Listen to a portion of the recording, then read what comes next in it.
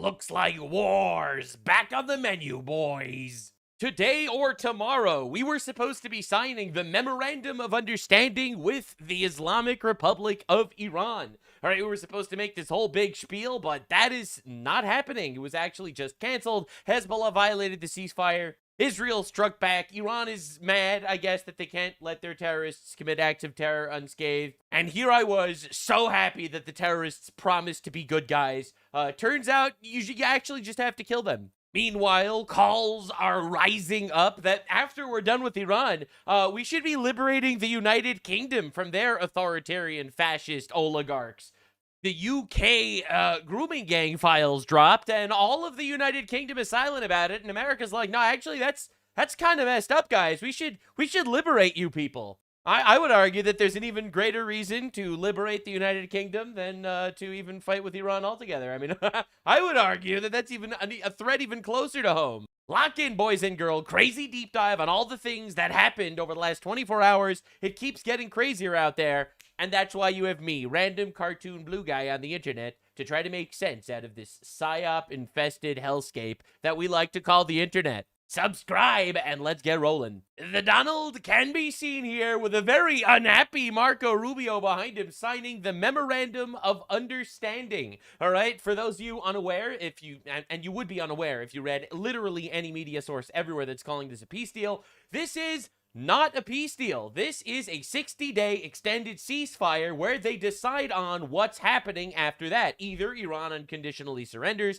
or Iran gets bombed back to the Stone Age. Right, this has always been what this has been about. The critics of this deal is just basically, actually, we can't trust these guys anyway. We should keep bombing them now. I personally am more on that side in regards to dealing with terrorists. I actually don't want to give them anything. I don't think that they should be getting literally anything out of the deal. We completely and utterly, militarily obliterated them, and if they refuse to succumb to literally everything, we'll just have to kill them. That's more my stance when it comes to warfare in general, especially when you're dealing with an Islamic terrorist death cult. But I have faith that the orange guy has more foresight than we give him credit for. I hate seeing the backstabbers immediately turning on him because they don't like this deal or whatever. Let him cook. Let him cook. And there is a lot of reason to believe that there is cooking happening. So, the Donald says, these fools who think haven't been tough enough on Iran, well, the stock market hit a record high, oil prices are tumbling down, and are either jealous, bad people, or stupid to make America great again. The truth is, he's right. Now, I've said this from the very beginning, and I'm going to still say it today. A lot of people are upset at me for saying it. I am actually America first. I believe that America should be operating in the best interests of America. If America neutralizes the threat of Iran, and our economy is literally in the best place that it's been in like 5 years, that sounds pretty fucking awesome to me. I pray that the people of Iran are able to rise up and overthrow their Islamic Republic, and I'd be more than happy to do some charity work, right, helping on the sidelines bomb some of these motherfucking pedophile goat rapists. I would do that.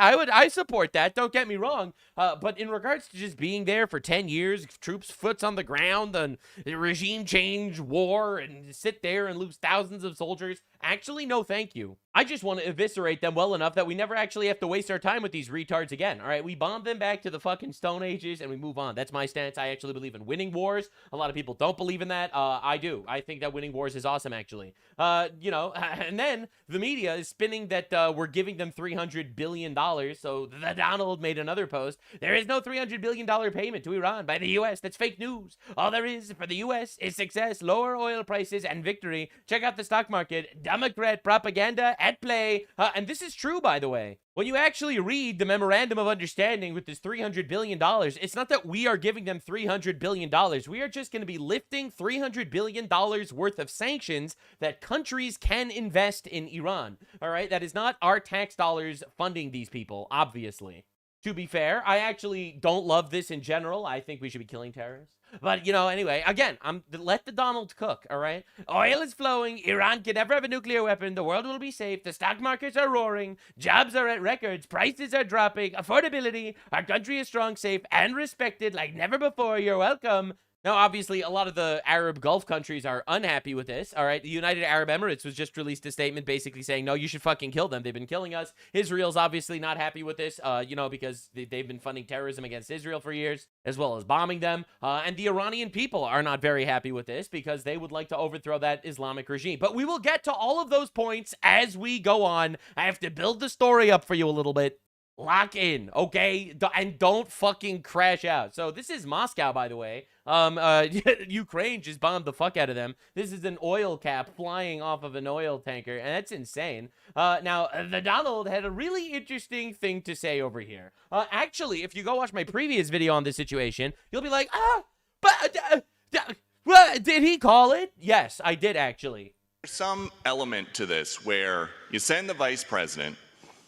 If it works out, great, you look like a genius for sending him. And if it doesn't work out, it's the vice president. I like that idea, sure. What? This way, if it works out, I'm going to take the credit. If it doesn't work out, I'm blaming JD. You better be careful, JD.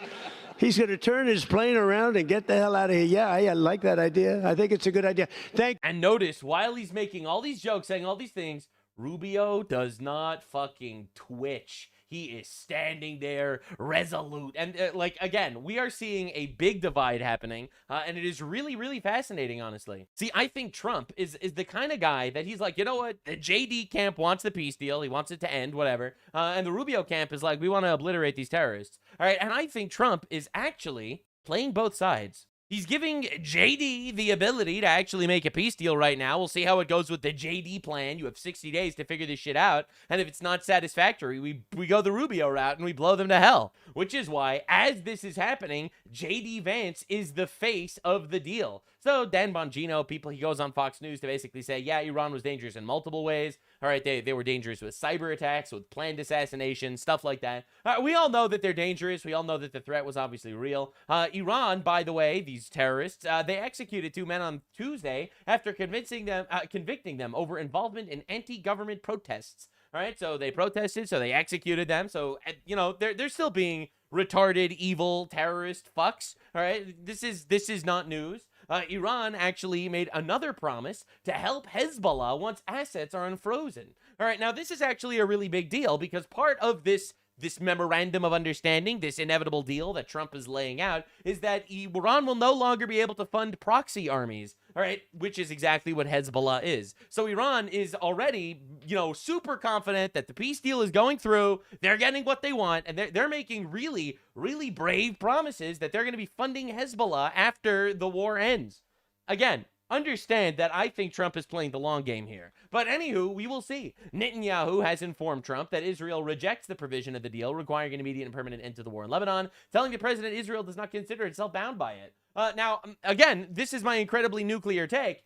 I actually love that Israel is blowing up Hezbollah terrorists in Lebanon. Hezbollah killed hundreds of our soldiers, 240 of our Marines. They've tortured the Christian population of Lebanon. They have caused the deaths of 650,000 people in Syria. They've been bombing Israeli civilians for 40 years, funded by Iran. Actually blowing them up is fucking awesome. Now, to be clear, Israel was never at the negotiating table. They didn't even see the memorandum of understanding before anyone else in the world did. What does Hezbollah have to do with Iran? Oh, they're literally a terrorist proxy army of Iran that's doing shit over there? Oh, really interesting. You're admitting that now. So I don't see any reason why Israel should stop bombing the fuck out of them. Now, the interesting thing is, though, we give Israel a lot of money. And I would really like that to stop. I'm against all foreign aid, in case you are new here. I don't like that we're giving NATO money. I don't like that we're giving Ukraine money. I don't like that we're giving Israel money. I don't want to be giving money to anyone. And I think it would be awesome if we stop doing that. But as long as we're doing that, we do expect some level of restraint, and we're actually getting it. Israel wants to be bombing Beirut right now, capital of Lebanon, and they're not. And the reason why they're not is because that seems to be a red line for Iran's peace deal. So they are, to some extent, healing when we say heal. But to some extent, yeah, they should be fucking blowing up terrorists, actually. That's awesome. Channel 14 reporter asked President Trump whether the United States would defend and assist Israel if it decides to carry out its own strikes against Iran. And Trump responded, if it was provoked, absolutely. All right, so to everyone that actually believes that, oh my God, Trump lost the war, he's trying to end it, because that seems to be a massive narrative across social media right now, because every Muslim on the fucking planet is liking the retard tweets. You have to understand how this works, right? The new internet is not like the old internet. We have given the third world access to the internet, and now there are 2 billion monkeys leaving likes on posts that we have to sift through. Use your own critical thinking skills. We got exactly what we wanted out of this war, essentially, already.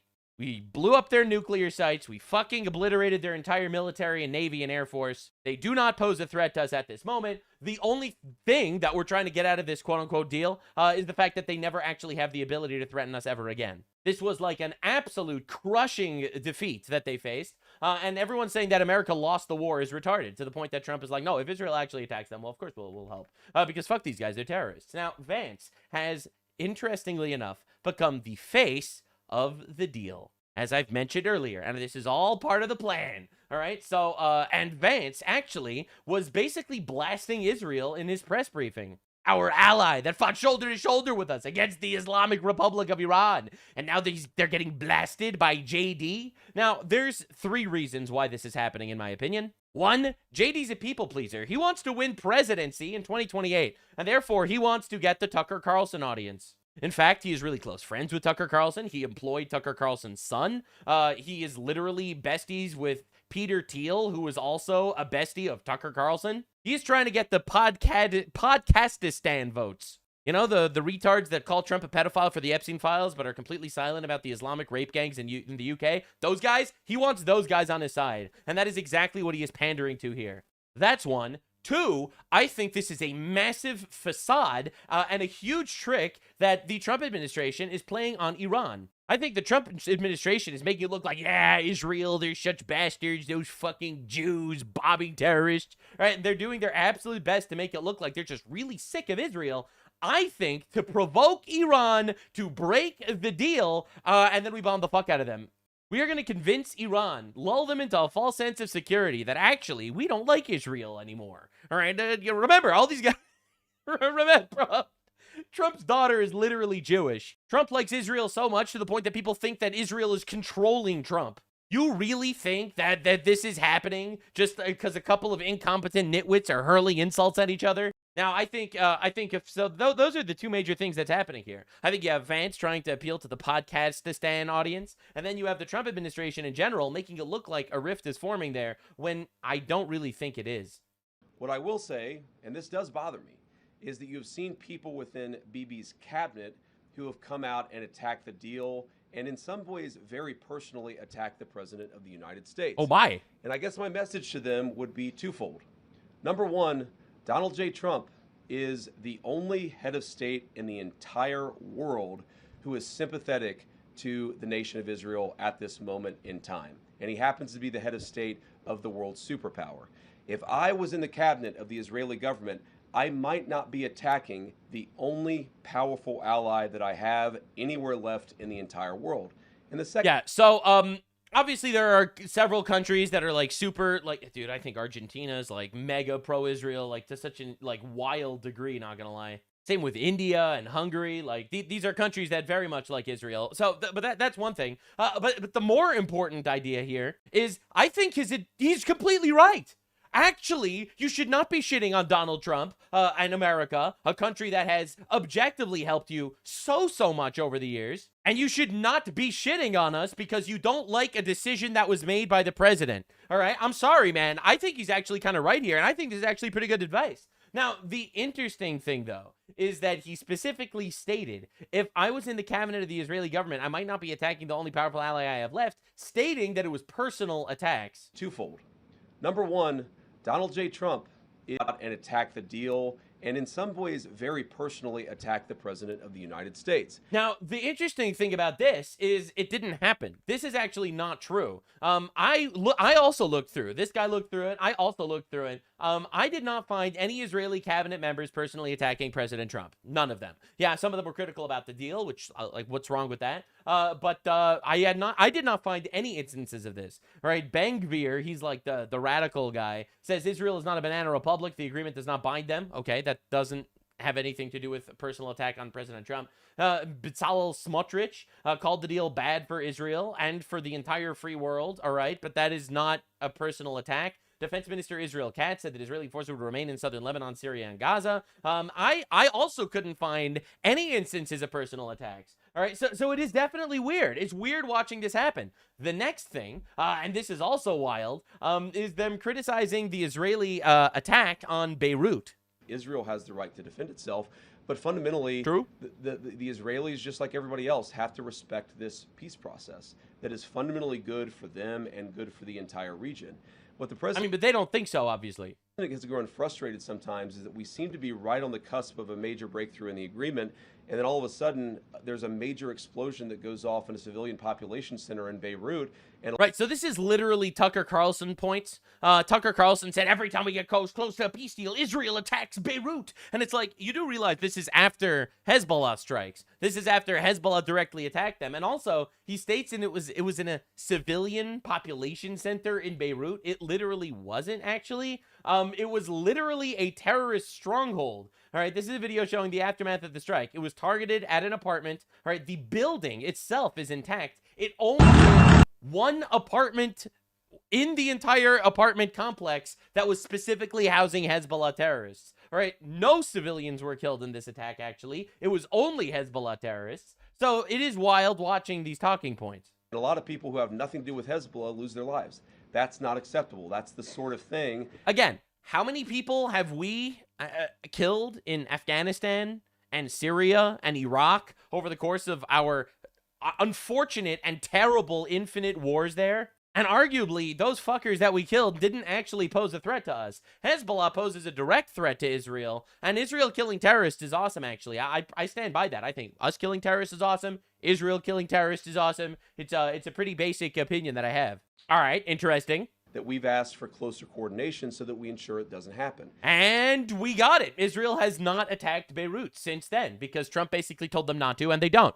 Because actually, we control Israel. It's really not the other way around. And it's very obvious if you've been watching the way this has been going. I mean, Israel obviously is not happy with this memorandum of understanding, and we did it anyway, actually. Right? This completely debunks every narrative that the dipshits have been spouting for months now. They said we were going to lose tens of thousands of soldiers in a 10-year-long war, boots on the ground, regime change, we're controlled by Israel. They were literally wrong on every front, it seems. Actually, it's pretty wild. The next thing that I noticed, interestingly enough, is that Russian state television was rebroadcasting specifically clips of Vance shitting on Israel. All right, this is obviously to sow division. Russian state media has been pretty consistent at platforming and showing Candace Owens and Marjorie Trader Green and Tucker Carlson and all these fucking retards that are basically shredding the right-wing coalition in the United States. And it's pretty interesting that they specifically decide, oh, we're going to show specifically, Vance saying something that would divide the right in America.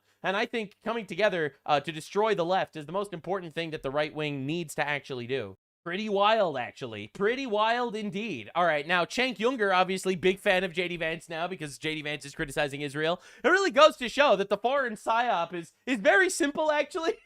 The foreign psyop is actually just fighting their ethnic, tribal bullshit wars against the West, and they don't actually give a shit about anything. The reason why all the Islamists support leftists is because the left is destroying the West. All right, so now when you have a right-wing guy, saying some shit about Israel, it's like, yes, that's our guy all of a sudden. It is pretty wild watching it happen. Yeah, Cenk Uygur, pro-socialism, anti-Christianity. He stated that Christianity is a fascist religion, okay? And this dude is a big fan of J.D. Vance now. Interesting how that happens. All right, J.D. stated this about the Pope.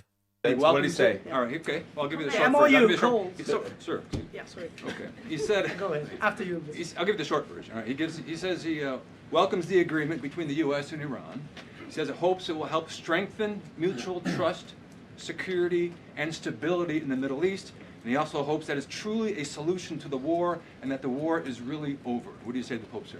My response to that is praise Jesus. I'm glad that the Pope has positive things to say about our MOU. I think that the Pope is fundamentally accurate and it's going to be good for the entire world. But we got to keep working at it to make sure that the Iranians honor the commitments that they've made. And then, yeah. So anyway, W Pope, I guess. But interestingly enough, the same day as that happens, the Pope has released blanket remigration criticisms. All right, he's it's pretty wild, bro. Dude is literally a globalist. He's doing his best to import as many retards from the third world into our countries, and it's absolutely wild watching this happen. Like, don't you think it's weird that all of the libtards and all of the globalists are all really happy with this deal and hope that it's the grand finale of everything? Doesn't that make you raise an eyebrow, perhaps? Anyway, the VP had this to say. I would say to anybody, any of the critics, is number one, have a little bit of faith in the President of the United States. The idea that he is going to strike a deal that's been bad for the American people, it's preposterous. He is the person who's had the courage to fundamentally transform our relationship with Iran and with a lot of other countries over the last year and a half. True. He believes in this deal. True. He is going to see it to completion. And if the Iranians don't comply, we still have every single tool and point of leverage that we have today. That'd be message number one. There it is. There it is. Understand the game that is being played. There is a massive psychological operation going on, and it's very obvious. All right, we are giving them a road to peace and the options to take it. And if they don't, morally, we are going to bomb the fuck out of them, and it's going to be awesome. All right, understand where we are standing right now. Have a little faith in the president's ability, given that he's got us this far, to take us the final step. The second thing that I would say is so many of what I've read or heard that people believe about this deal is just fundamentally untrue. It is a memorandum of understanding. It is fundamentally a principle that, yes, the Straits of Hormuz are going to be open immediately, and they already are. Yes, they're going to give up their highly enriched material, but they've got to actually do it. It's about conduct. It's about rewarding good conduct and punishing bad conduct, which in some ways is what we've been doing for the last 3 months. We are your daddy, Iran. Get over it. We own you now, all right?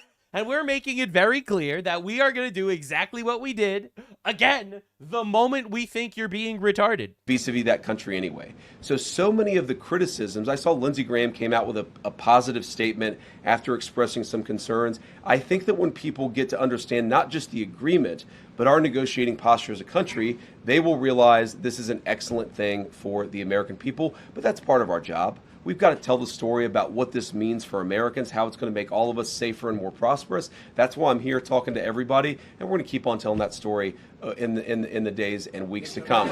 Yeah, I think that's a really good statement, actually. We fought like hell to make sure that Donald Trump is the president of the United States. I am willing to give him the benefit of the doubt. And if everything wraps up and I'm totally wrong and Trump just gives everything to Iran and loses the war miserably, well, then I will eat my hat. I will eat my little Jewish hat. However, as far as I understand it, I don't think the Donald is just going to utterly let us down and get played by a couple of pedophile goat fuckers. And watching the crash outs everywhere is insane. The crash outs are crazy. So Omid Malik, this is pretty interesting, hosted JD Vance's first fundraiser back in 2022. All right, this guy, for those of you that are unaware, he gave Tucker Carlson $1.5 million when he was fired from Fox. He is an Iranian billionaire. All right, so again, there's a lot of really interesting connections that people are looking at. Of course, Tucker Carlson has been basically crashing the fuck out over this. All of a sudden, instead of Israel controlling America, America thinks Israel is Al-Qaeda. Some of them. And you lost the only president you had full control over. Trump went from being a slave to Israel to comparing Benjamin Netanyahu disfavorably to Al-Qaeda. Do you actually believe any of the words that comes out of his mouth? Donald Trump is a slave to Israel, except when he doesn't want to be. And then all of a sudden, Israel is a slave to us. Do you understand how retarded this is? Man, what a ride.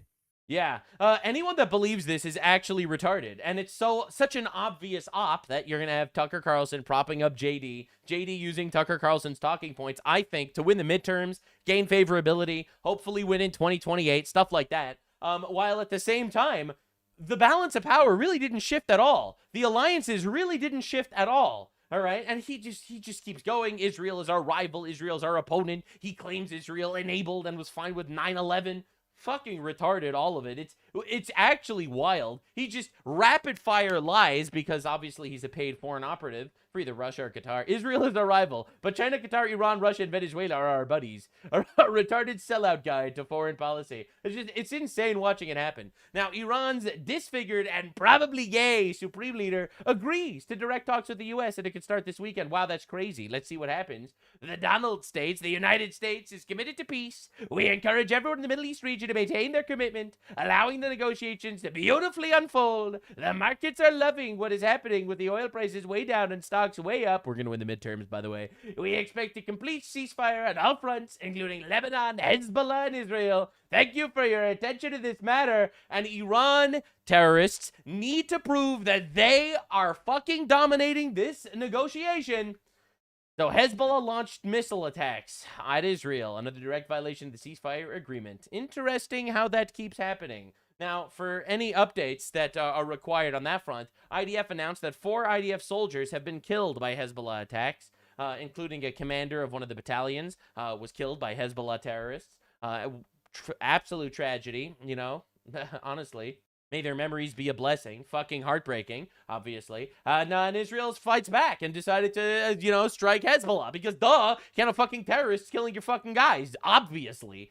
No shit. Clashes have erupted between Israel and Hezbollah. The IRGC are no longer traveling to Switzerland tomorrow for the Memorandum of Understanding meeting and instead are threatening to attack Israel. Update, U.S. Vice President Vance has canceled his visit to Switzerland, will not be attending the Memorandum of Understanding meeting anymore. So President Trump stated Hezbollah needs to disarm absolutely. All right. The Donald is not cowering and kneeling to the fucking Islamic pressure at making some sort of peace deal.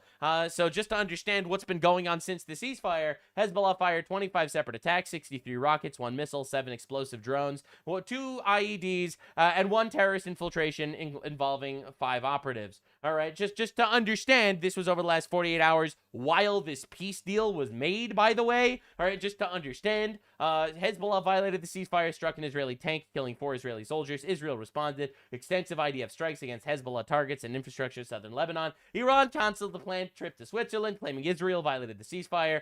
Basically, so just understand, Hezbollah is an extension of Iran. Hezbollah, an extension of Iran, attacks Israel. Israel responds. Iran uses Israel response as an excuse to delay diplomacy. And this is now being utilized by the Tucker Carlsons of the world to say Israel keeps stopping our peace agreements or something. That's pretty weird. Understand the way this fucking snake operates. I'm referring to the Islamic Republic of Iran, but also Tucker Carlson, I guess. Of course, we got Nick Fuentes celebrating God bless the Islamic Republic of Iran. According to Nick Fuentes, a good Catholic man that supports a regime that massacred 40,000 of their own people in 2 days, because obviously this is very bad for Israel, I guess. Breaking, for those of you unaware, because we got to still talk, why are we talking about Iran when there's a genocide happening in Gaza being committed by Hamas? Hamas militias once again attacking the Muspeh family in Gaza, opening fire on civilians, storming houses, terrorizing children.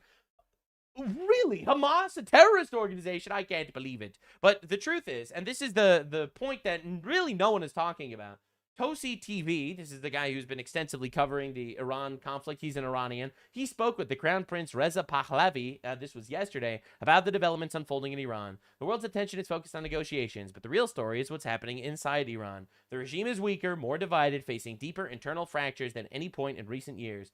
Deals may dominate headlines, but history is decided by what happens on the ground, not the negotiating table. The future of Iran will ultimately be determined by the Iranian people. And honestly, that is what everyone is hoping for. As it stands right now, we have absolutely decimated Iran's military, but even more than that, we fractured their entire leadership. You have some leaders stating that we're making peace, some leaders continuing attacks, some people still getting Hezbollah to do attacks, other people trying to get Hezbollah to stop because they're trying to stop this. There is no normal chain of command. They're not using phones because they're afraid of Mossad and CIA hacking to find the location of the supreme leader, who's probably gay. They are in utter disarray. The people are unhappy and revolting. Their economy is cooked. They took over $1 trillion of infrastructure damage. They made enemies with all of their Arab neighbors. They're making a deal at gunpoint, and if they violate it, they will get blown to kingdom come. And they know Trump isn't bluffing, because we did that already, actually. Anyone that thinks this is a loss for the United States is decisively retarded. Now, again, I personally am more of the mind that we should actually just bomb the ever-living fucking shit out of terrorists and kill them, and that's awesome. From the air. I don't want boots on the ground, but from the air, I would bomb the living fuck out of them. That's more my stance on terrorism in general. Killing terrorists is awesome, actually. If we are even suspicious that they might try to kill us in the future, I suppose we should just dispatch them. They've been killing us for 47 years. Enough is enough. Fuck you. The Donald obviously has a different course of action, and I'm willing to trust that we are actually going to see the big brain plan unfold. Yes, Vance is criticizing Israel publicly. Yes, he's trying to win that Podcastistan audience. Obviously, I would like to win the midterms as well. I would like to destroy the left forever. I think they're the actual main enemy here. So I don't even mind if a couple of low IQ retards decide to vote for Vance because he said these things. But the truth of the matter is very, very simple. Israel basically did whatever we told them to do, ultimately. What an actual good ally is a guy that goes to war with you and a guy that bombs your enemies when you want them to, and doesn't bomb your enemies, even though they are also their enemies, when you tell them to stop. Israel stopped bombing Iran on our instruction. They stopped bombing Beirut on our instruction. And yeah, they're going to continue fucking killing Hezbollah terrorists that have killed hundreds of our soldiers. Based. Trump is playing a long game, and I'm excited to see where it ends. Now, the libtards are having a really, really very bad, no good day. They are struggling to come up with things they don't like about Trump. You see, unfortunately, the entire leftist movement in America is just Trump bad. They don't actually believe in anything. They only believe in whatever the Bible says. They believe in the opposite of that. You know, pro-crime and pro-murder and pro-importing rapists and, you know, all that. Like, that is literally their entire thing, all right? Pro-pride, all right? The deadliest sin, you know? They love that pro-gluttony. They're all freaking fat. Anywho, that'll be important in just a little bit. So I gotta show you the leftists losing it, because the thing is, they were criticizing the Iran war so much, right? They really can't criticize Trump for stopping the Iran war and completing all the objectives that he actually wanted, right? It's honestly, it's pretty sad for these guys. So they have to come up with something else. Remember, during today's literal cage match on the White House grounds, says Hillary Clinton, no matter what, it's not his house. It's our house. Get a hat, a coaster, and a sticker to support groups and candidates who respect him.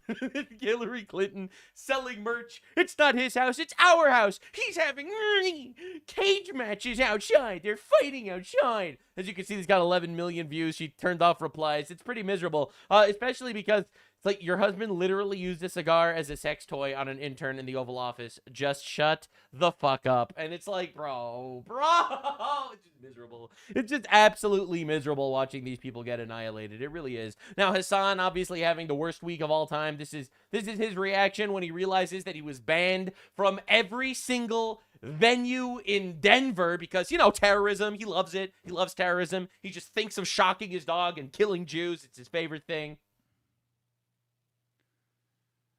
Fuck. Yeah, baby.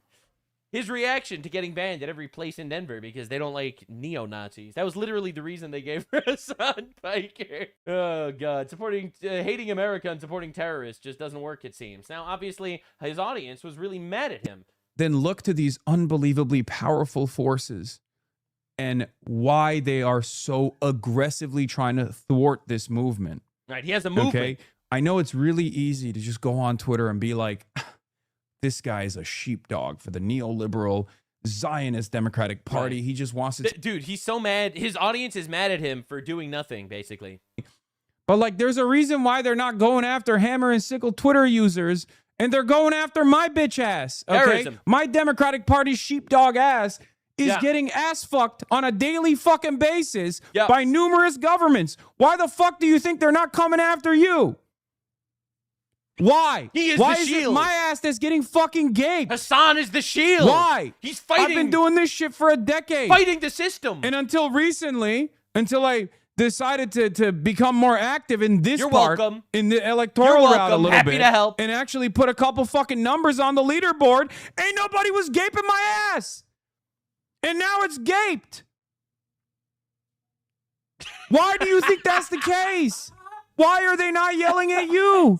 You got the radical points. Oh, you're posting about Yahya Sinwar all day. Why are they not treating you in the same way? Leader of Hamas, by the way. Leader of the Hamas terrorists. And look at what he does.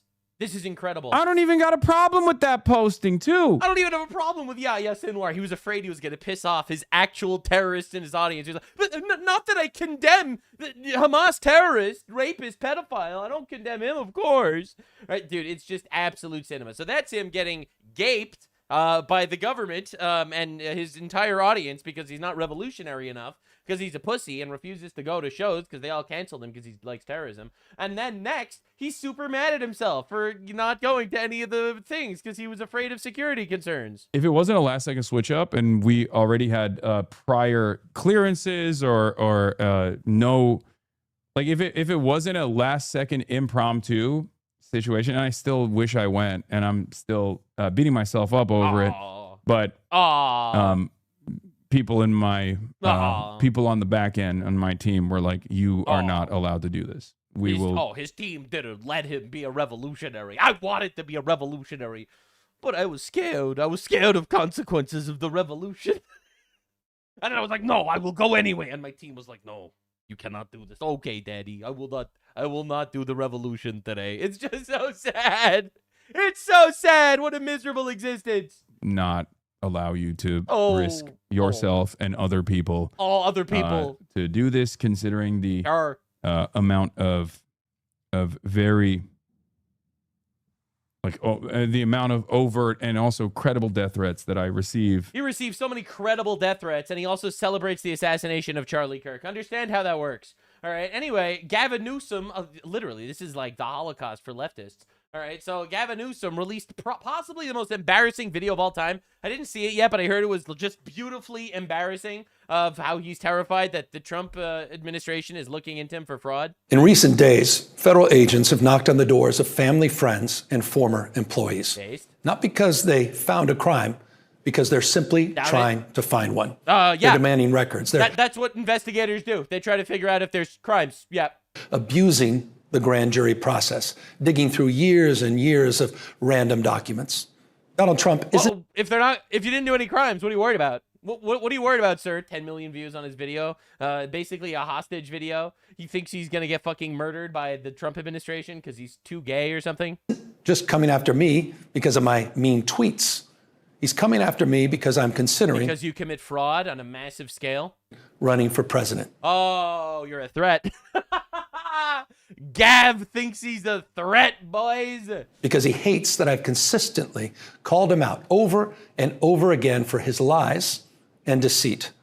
Donald Trump is simply the most corrupt president in American history. Coming from the guy who spent billions of dollars on homelessness, and homelessness got worse in his state. Are we serious? He's turned the levers of government into his own personal power ministries to reward cronies and to try to jail his opponents.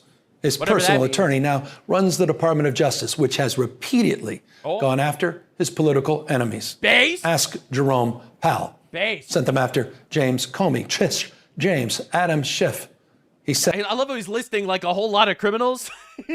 He went after a guy that threatened to kill the president of the United States, and he went after a guy that committed mortgage fraud on a massive scale, and he went after... It's like, yeah, okay. Sent them after Tim Walz. Base. And a Base, that fraudster piece of shit, in my opinion. Woman that a jury found Donald Trump had sexually abused.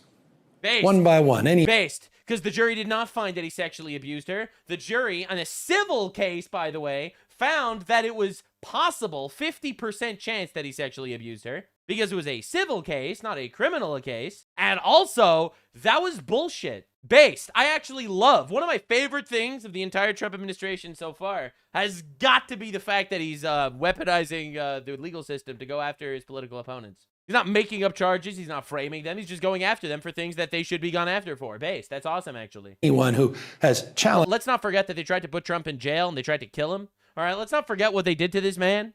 Donald Trump has ended up on his hit list. And today, I proudly joined that list. Hey, let's go! After calling for my arrest last year, Donald Trump directed his Department of Justice to investigate me. And just in the last week, I've learned that his campaign has reached my own home. To get me, he's coming after my wife, Jen. No! Your wife? Your wife who calls for, if I remember correctly, domestic terrorism? From what I understand. Oh, is that who he's coming after? W. She fucking sucks, by the way. a public servant, a woman who's dedicated her life to supporting women and girls. Someone who has done nothing. Meanwhile, California is literally fighting for the rights of sex traffickers to be able to continue sex trafficking children over the Mexico border. Wrong, other than having the temerity to advocate for what she believes in. If they can't intimidate me, they'll go after the mother of our children. Donald Trump picked the wrong target. We have nothing to hide. All right. His political operatives. So what are you scared about?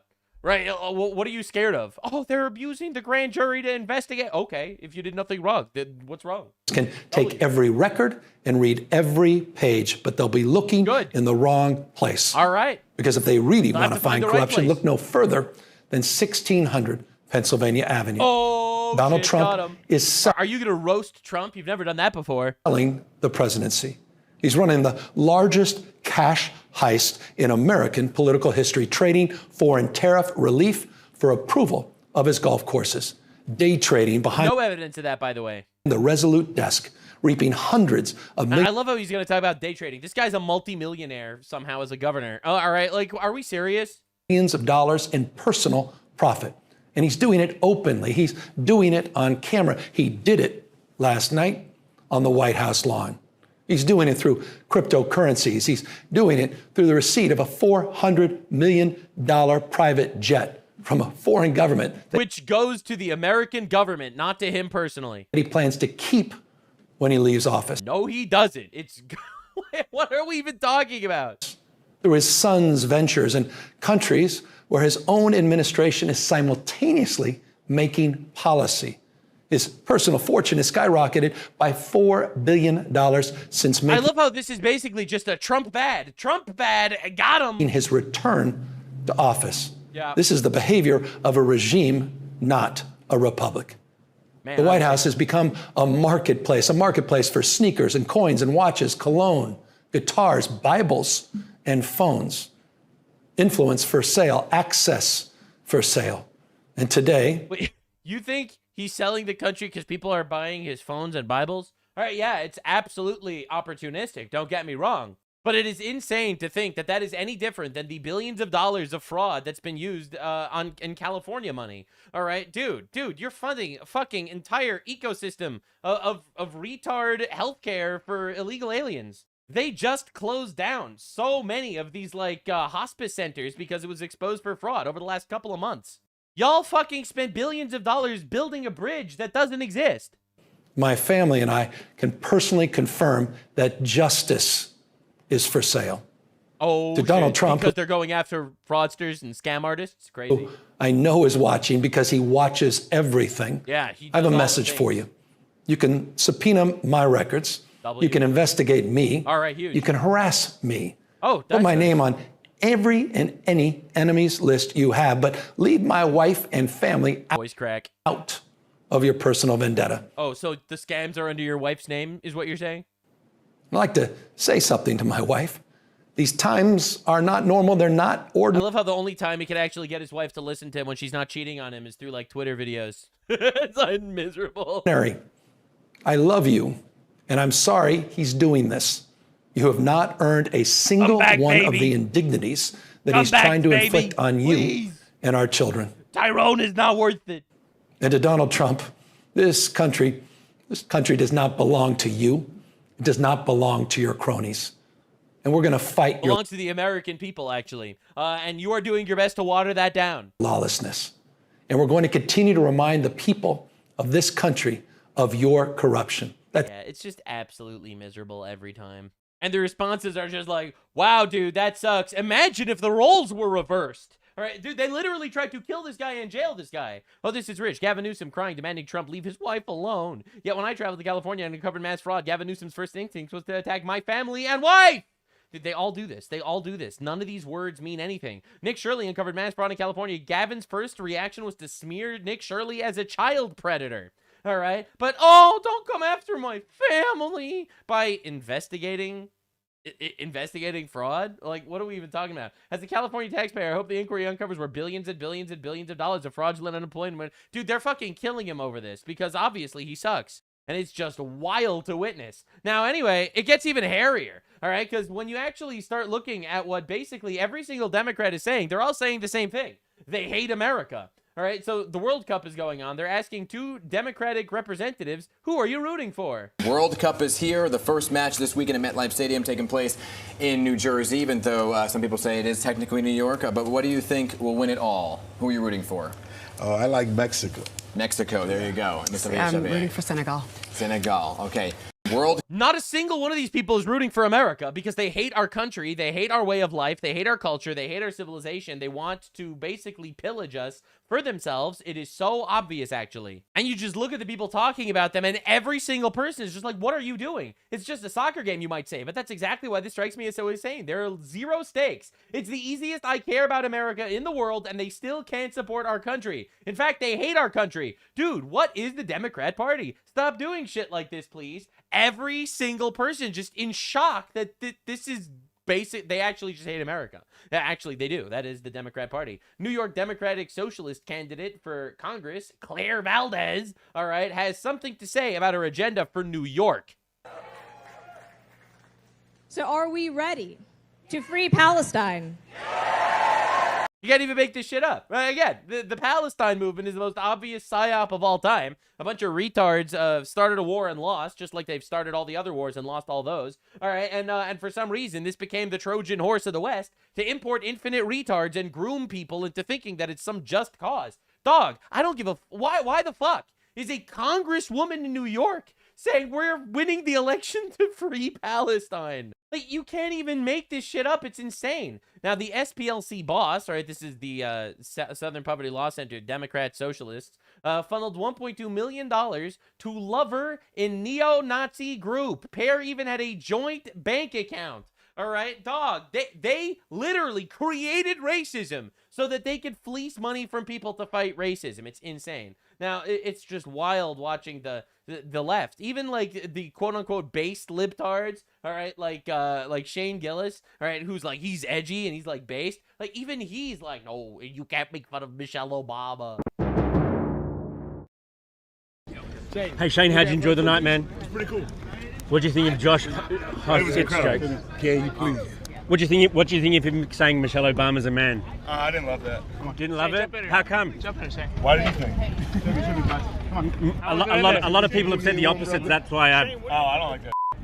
I don't like that. I don't like that. Yeah, I'm going to call Trump a pedophile by calling Michelle Obama a man. That's just too far. It's just crazy watching libtard logic. And again, I like Shane Gillis. I think he's funny. I think he's edgy and stuff. But it just goes to show at the end of the day, he's just an edgy libtard. And they all do the same thing. All right, it's crazy. It's crazy. Chicago City Council votes to reject parental accountability for teen takeovers. All right, just understand teen takeovers is basically N-word riots. All right, that's what teen takeovers are. It's a bunch of teenaged black guys vandalizing businesses and stuff because it's cool, because they hate America and white people or something. And of course, they asked Mayor Johnson, all right, hey, what do you have to say about these N-word riots that are, teen takeovers that are going on? Know what criminalization does, particularly for more vulnerable communities. Black people is what he's trying to say. It has not led to creating safer spaces. It's not safe to criminalize things. We have to do what works. So I'm going to continue to call for the level of opportunity and investment. I don't think that we need more opportunity for the people lighting cars on fire and looting stores. Find the poor as a means to fix a problem.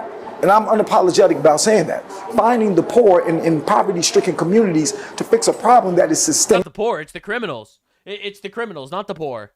A problem that revolves wraparound services, and a problem that will require for us to reimagine and reinvest in neighborhoods from which these children are coming from. Yeah, socioeconomic conditions are why they're lighting cars on fire, actually. When a mayor says that criminalizing criminals is harmful, then we need to actually investigate and get rid of this mayor. All right, it's insane. It's like advocating for domestic terrorism or something. Now, the Obamas, all right, after, of course, Michelle Obama called a man, very funny, obviously, because of her penis. I think, personally, I'm going to debunk this conspiracy theory right now.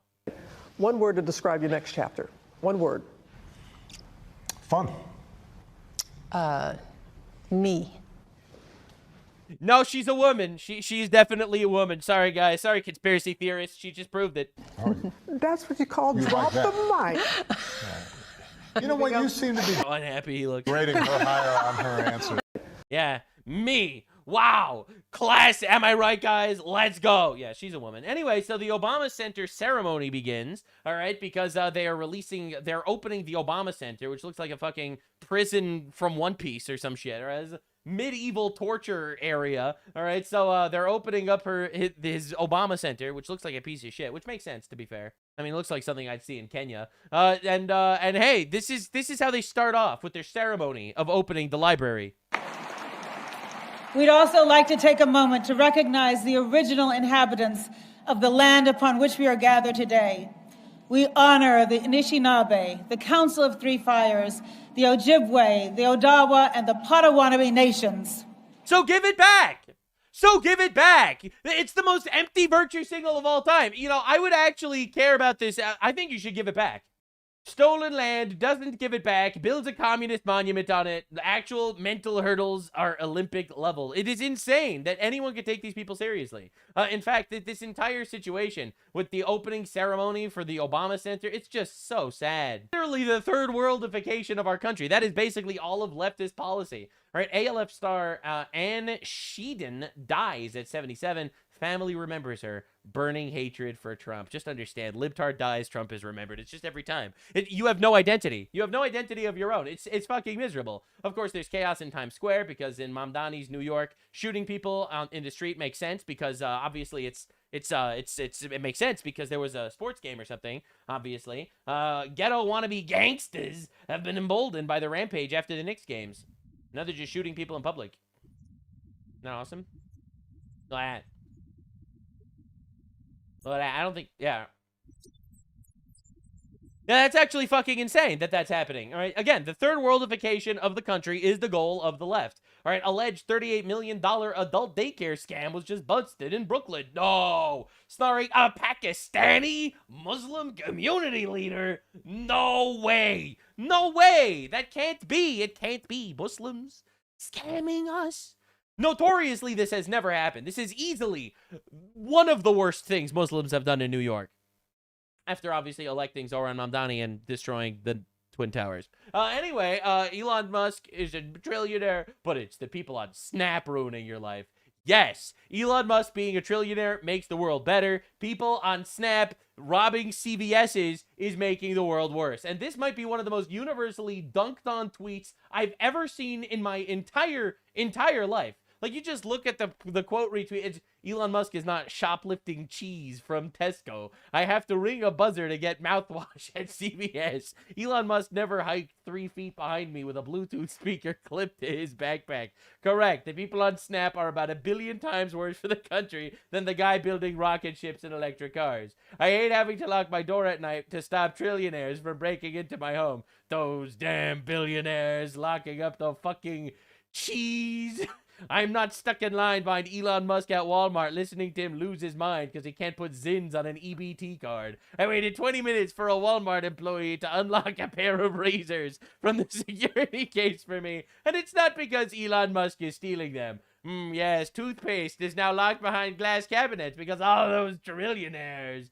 Elon isn't the reason Legos at Walmart are locked up. If billionaires and trillionaires suddenly disappeared, everything would get worse for me. If everything on everyone on Snap disappeared, everything would get better. This is Elon Musk's fault. Elon has never booed my kid at a middle school awards ceremony and yelled out, "Sit down, white boy." Bro, it doesn't, you don't understand. Elon Musk just destroyed my sprinkler system for 45 cents of copper wiring, bro. It's actually over for the left. No one can even take these people seriously. The third worldification of our country is the goal. And then you get another one here, big UFC event. Leftoids, but I can't afford groceries. Now, mind you, this UFC event was literally paid for by the UFC. All right, it wasn't even paid for by the government. But dog, I love how leftist politics is just like admitting I'm a jobless loser, a broke retard. It's just absolutely miserable. In fact, being a leftist, it's like the darkness inside you literally rots your body. The vessel rots as the darkness seeps out. Exhibit A. The girl that flashed Charlie Kirk is going viral again. She got fat. She got fat, really? That's really what they Oh, wow. Oh, no. This is apparently the same woman who flashed Charlie Kirk. She reappeared in a video and said something disgusting about Charlie. So this is the girl before, and she obviously is, you know, she's pretty cute. She's skinny. Right, so this was her, for those of you unaware, this was her flashing the camera on a Charlie Kirk event to try to get his YouTube channel taken down. This was a big drama back in the day. And this is, I mean, she just porked out. She blimped out. She Yeah. went hog wild. The vessel was contaminated by the darkness within. It's very obvious. When the soul is black, the vessel that contains the soul just slowly but surely corrodes, rots, and turns you into a worshiper of Nurgle. You got the fucking nose ring in, so you know what nose rings do, right? A lot of people are unaware of this. It emits a signal. It's like, the people must not have fun, must not have fun, must go watch Jimmy Kimmel for reprogramming. All right, this is literally, you don't understand, it works. Well, God damn. Like, don't you get afraid to get married? Like, what happens if you get married to this girl and then this is what It's happens? easy. You don't marry a libtard, and then she'll want to always be pretty and beautiful and sexy for her husband. People don't understand that marriage is actually awesome, all right? And when you are actually a man in a marriage and you are a giver and your wife is the receiver of your giving, then she will do everything for you. I'm just being real here. You marry a good, conservative, God-fearing woman, and she will look beautiful for you. So this is the original clip? Do you feel proud of yourself for debating college kids who are unprepared to speak in front of an audience like yourself? You're 30 years old. Do you think that's a little bit silly? Are you a voter? I am a voter. I'm a so registered I voter. vote and you vote. So I'm talking to voters of this country that will determine the future of Western civilization. Who are you? Well, important enough for you to come up to a microphone. Damn, I miss Oh, man, that's bad. Well, no, you can see. Look how popular Trump is on your campus. How does that make you feel? That is a five-alarm fire for Kamala Harris, because she's probably going to lose. This was the silent, by the way, this was the silent majority. It always has been. You're just not allowed to say it. They'll call you a racist and a Nazi for saying it, but this was always the silent majority. Pennsylvania. And look who was right. And you said, well, I'm worried about some laws Congress should pass. I have to ask, what laws are you talking about? Can you be specific? She got titty out. I'm sorry, I'm very nervous. This is what you do. This is what you do. You take people and you put them under the spotlight and you... Well, hold on. I didn't ask you to come up here. You voluntarily came to the front of the line. You didn't have to do that. You're purposely antagonizing people on campus, asking How? people to come up by spreading your weird agenda. I love how the way that she explains herself. I wish the chatters would do the same thing to me, right? I mean, like, we never have that happen. So what's she saying now? This next girl. That child would cause... Are you a fan of Charlie Kirk? Why don't you dig him up and fuck him in the neck hole? Maybe you should do that first time you get some exercise. It's the weirdest thing I've heard all day. Have you ever made a woman come? Because abortion is intentional. Have you ever made a woman come? Yes. Oh, really? Was she lying? Did you really not think about what would happen if he said yes? Yeah, that's rough. Hey, what if you decided that instead of trying to do these gotcha things, they're not very funny. Have you ever been not funny? I'm not out here to be funny. Man, bro, and Right. you are going here Yeah. to talk to children. And we were having a conversation, and then you came up. Crazy. She spoke to this guy Charlie Kirk in person. Bro gets murdered viciously. And her first response is to dance on his grave and celebrate his death. It's honestly insane. Like it's subhuman shit. And started asking me if I've ever made a woman come. Oh my God. Different than others, but we all do it in different ways. Okay. But see, Christ came to forgive sinners, even sinners like you. Bro, he is rage baiting her so hard with the Bible. We know she's doing some gluttony. We know that. Every time you jack off, you kill your babies. It's not even like, again, so here's the problem is that these people can vote. Sperm Of course. are not humans. Human beings, I hate to have to be the one to do this. Human beings are created via sexual reproduction. The sperm has to meet the egg to produce a That's newly exactly what conceived I human being. You are so smart. Well, you were- Your brain is so huge. It's a millennial. That These are Gen Z. Jacking off was murder. So that's... Hi, camera. Love. Who are you, Diddy? You're Diddy? Who are you, Diddy? Mr. Love? No. No. By the way, this is how the left manipulates language, by the way. All right. Oh, you say love is good? Well, then are you like Diddy? Because Diddy was like a love guy. He made love to children.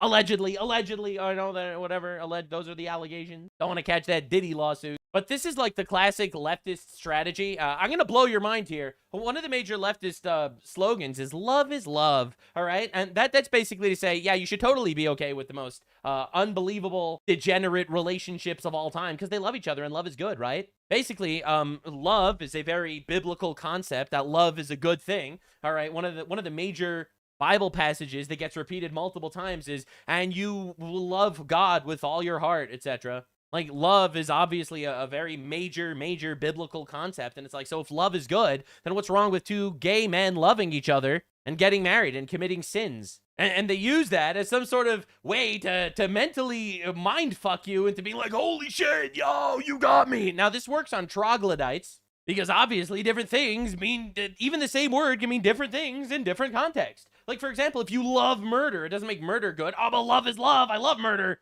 Obviously, that's retarded. So if you love sin, it doesn't make it not a sin. They try to hit you with that gotcha all the time. Oh, but you said, but love is good? Love is good? But what if I love sinning? Okay, well, then I hope you stop doing that and repent, actually. But anyway, word games are basically the way leftists try to manipulate you. Kind of loving your neighbor as yourself, because I want justice and I want equality. So much. Yes.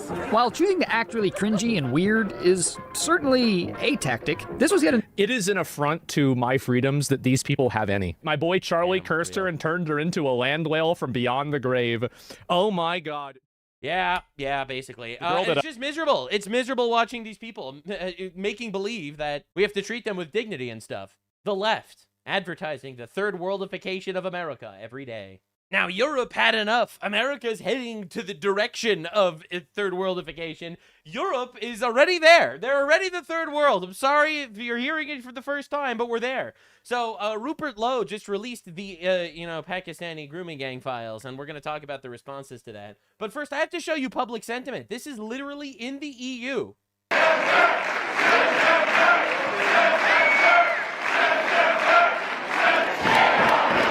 Send them back, chanting in the EU, the Overton window is destroyed. All right, to quote Stephen Miller, the baldest Jew I know.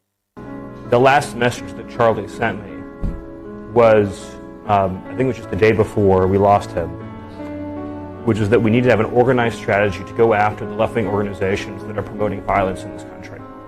And I will write those words onto my heart and I will carry them out. There's incredible sadness, but there's incredible anger. And the thing about anger is that unfocused anger or blind rage is not a productive emotion. Right. But focused anger, righteous anger, directed for a just cause is one of the most important agents of change in human history.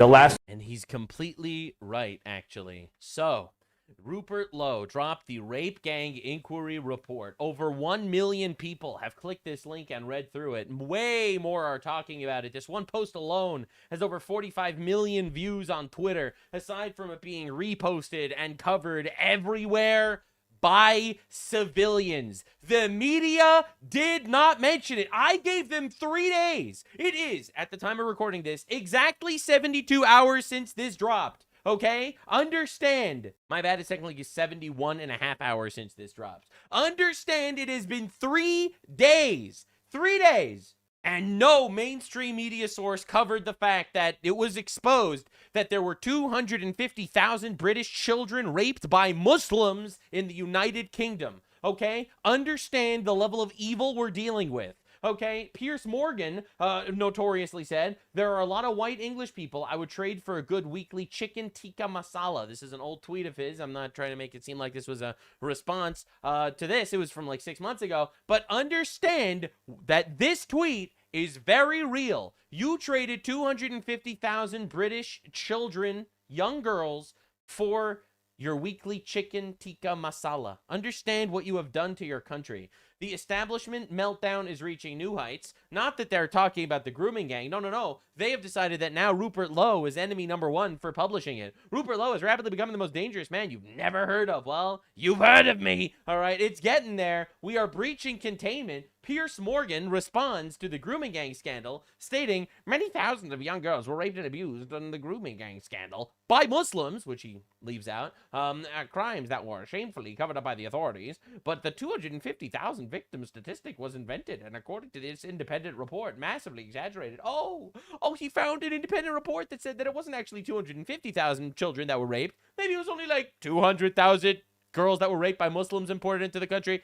Understand the level of evil we're dealing with if this is your criticism. Just out of curiosity, Piers Morgan, what is an acceptable amount of young British girls that you would be okay with getting raped? What is the number that you're okay with, Piers Morgan? If 250,000 seems exaggerated, maybe only like 100,000, would that be like okay? Just trying to understand exactly what's going on here. So, anywho, mate, you're not talking about this at Tucker Carlson. In fact, all of Podcastistan is ignoring it. All these people that claim to care about, I don't know, Palestine or something, seem to not give a shit about this at all. Tucker Carlson, Megyn Kelly, Candace Owens, all these big voices, all the people talking about the Epstein files, none of them seem to care. Why are the two loudest, most obnoxious people about the Epstein files dead silent about the UK Muslim rape gang?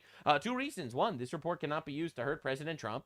Number 2, they both actually are totally fine with the Islamization of the West. Interesting. And now, in fact, Ro Khanna and Thomas Massie, the 2 people that have been pushing the Epstein shit, between them, they've collected about $1 million from Islamist backers. And suspiciously, they're both dead silent about one of the worst atrocities ever committed in Western civilization. What is sicker than importing barbarians to rape your children and then cover up the rapes so you don't seem racist? It's one of the most abominable things ever done on such a massive, widespread scale across the whole Western world. This is just in England, or let alone how many of these rape gangs are running around in Sweden and in France and in Germany and in Belgium and in America that we don't even know about because the governments keep covering it up, with an estimated 87 to 95% of the gang rapes being Muslim. You're going to tell me that this isn't something that we should be discussing? All right, Mr. Epstein guy, just for the record, this is about 1 million times worse than Epstein, and it's not even close.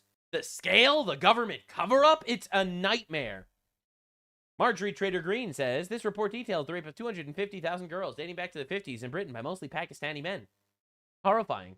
I will also add that no one was held accountable for Epstein files, which is also bad. Unbelievable. Just actually unbelievable. It's like, yo, let's make the rape of 250,000 British girls about Jeffrey Epstein. Complete silence from the BBC on our rape gang inquiry report. A truly despicable organization. 2 million views, 150,000 likes, and that's just true. It is unbelievably shocking the way the media just decides, yeah, we're not going to cover the industrial rape of our country. All right, so Rupert Lowe was actually on Sky News, and they started asking about something else, but he shifted to talk about the rape gangs, which is obviously, in my opinion, the biggest story out there right now, anywhere on the planet, at least it should be, and they cut the interview. Attempt, I think, by a failing party, and if you read my rape gang inquiry, which came out, crowdfunded by 20,000 people on Tuesday, I don't know whether... Crowdfunded because the British government refused to do the investigation. I've covered it. I haven't seen you cover it, but everyone should read it. It's absolutely vile what's been happening, and the Labour Party are right at the centre of it all. Mr. Lowe, thank you very much for talking to Sky News. Thank you to my pleasure. Thank you very. See that? Do you see that? The way they just cut it off immediately? Did you read the... I didn't notice if you covered the rape gang inquiry. Mr. Lowe, thank you for coming. We have to go. Unbelievable. This is from Congressman Randy Finey, the Florida congressman. Muslim migrants raping 250,000 white British girls in full view with the full support of the British government may be the most outrageous crime against children since the Holocaust. Democrats are more outraged over a patriotic UFC fight than 250,000 British girls being raped by Pakistani Muslims. That says it all. True. Representative Brandon Gill. All right, we got some goats. We got some goats in America fighting the good fight. I just have to say. And you've seen what's happened in the DFW Metroplex, where you've seen mass Islamic migration transforming communities right here in places that you wouldn't otherwise expect. And again, this is something that if we don't stop now, it's going to be my daughter and daughters across the country who are going to be going to public schools wearing burqas, and that's the kind of stuff that we want to stop. We want to recognize that our job is to protect and conserve. As conservatives, we should want to conserve the America that we got to grow up in. And you do not do that by bringing in cultures who have very different ideas about freedom of speech, religion, separation of church and state, the dignity of women, the role of women in public life, who have very different conceptions about how Muslims and non-Muslims interact. And those different ideas matter. And this is a good example of that. All right, damn. And again, so Congresswoman Yasamin Ansari, interesting. Again, notice how every single foreigner congressman and congresswoman is literally a leftoid that's trying to import more retards. Understand? Brandon Gill might be the most racist and useless Republican in Congress, and that's saying something.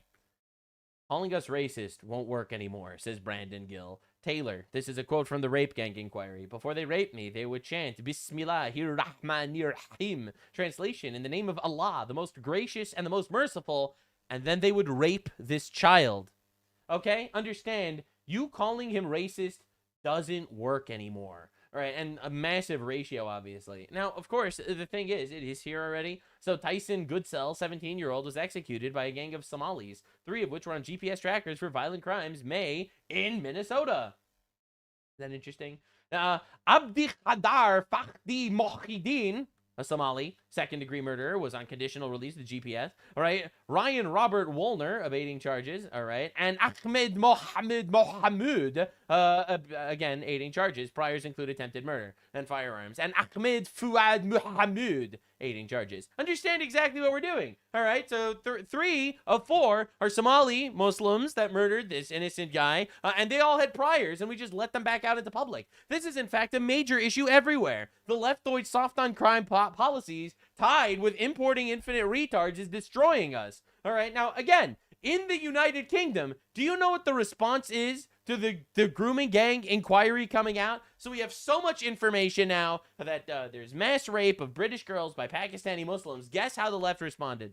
Racist scum off our streets! Whose streets? Our streets! Whose streets? Our streets! When migrants are under attack, what do we do? Stand up! Migrants are under attack. Fight back! What do we do? Stand up! Fight! They're literally fighting against Islamophobia. And it's pretty awesome that this is coming from a nose ring having transgender Satanist. You can't even make this up, by the way. It's honestly insane. It really is. So this man's daughter was kidnapped and abused by a Pakistani rape gang. He tried to rescue her from the property, and the British police arrested him for it. I'd got a phone call to say where Elizabeth was. So I come across, because I lived on next estate, I come across, banged on the door. I saw a movement in curtain. Then within probably 5 minutes, a police car arrived. They asked me what I was doing. I told them. They arrested me and took me back to where I lived, and then they arrested me. So obviously I'm sat in house again, and I was getting more and more frustrated. So I come back over to the flat. Well, an hour later or something, was it? It was about 20 minutes. Oh, right, okay, yeah. So it seemed within minutes, a van pulled up this time, and I think there were 2 or 3 officers. They arrested me, took me down to the police station. Took me in police station. They didn't take me to where they usually charge people and that. They took me straight through into a room near cells. So I'm in there. About half an hour later, they come and got me. Come on, you're going. I went, what do you mean? Just follow me, they said. So I followed them, and they took me through officers and out from where police station is, where public going. It's actually and they warned me if I come back to the flat, I'd be arrested for stalking. Look at that. Look at that. His daughter getting raped by migrants. He goes there and they arrest him for stalking. Like, do you understand the level of evil that's been going on to this absolute dead silence of all of mainstream media? You know, Cenk Uygur, Hasan Piker, they don't give a shit. All right? None of them care. This is a 13-year-old girl telling how scary it is to go to school. Give me a party. And you go to a local school? Yeah. Have you lived in this area all your life? Yeah. You're having problems at school. Can you just elaborate on the kind of problems that you're having? Asian boys coming up to me and saying... Asian means Pakistani, by the way. I'm gonna rape you. Yeah, it's not fucking Japanese people that are doing this, for the record. And if you don't go with me, I'm gonna punch you in the face with a knuckle duster. And if you don't, give me a blowjob. And this is happening at the school to several girls, is it? It's not an individual case? No, it's happening to lots of girls. Do you think the teachers and This is literally insane. This is like, imagine having a zoo, and you decided you are going to put polar bears in the same exact environment as penguins.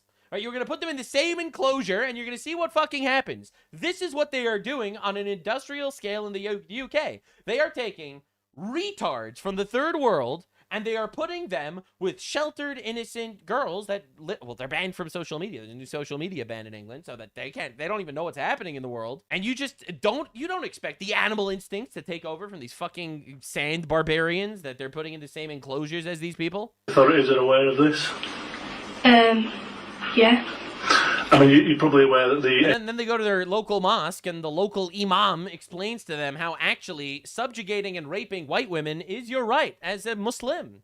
All right, it is they are infidels, actually. All right, And you really just be, oh, it's just another culture. Well, they're lucky to be able to experience another culture so firsthand. Edge of the City programme focused on young girls like yourself who are being targeted by Asians to be groomed in this particular area. Do you think that was an accurate description of what is happening? Yes. Have you contacted the police regarding them threatening to rape you? Yeah. And what's the police response has been? They said that they're going to look into it. They're going to look And that into is it, guys. Yeah. What's your teacher's response been? The pupils are going to get excluded for 15 school days. Oh, they're going to be suspended for 2 weeks. That's nice. Right, and that is it. Yeah. There's also the accusation that young Asian males are hanging outside schools in flash cars, basically intimidating young girls like yourself with threats. Is that the case? Yeah. And this is happening, what, once a week, twice a week? Every day. Every day? Yeah. And the authorities know it's happening, but they're not doing anything about it? And how do you feel when you're targeted by these people? I feel intimidated by them and scared. Can you imagine an entire culture that has... Listen, man, Western civilization made a lot of progress since the Dark Ages.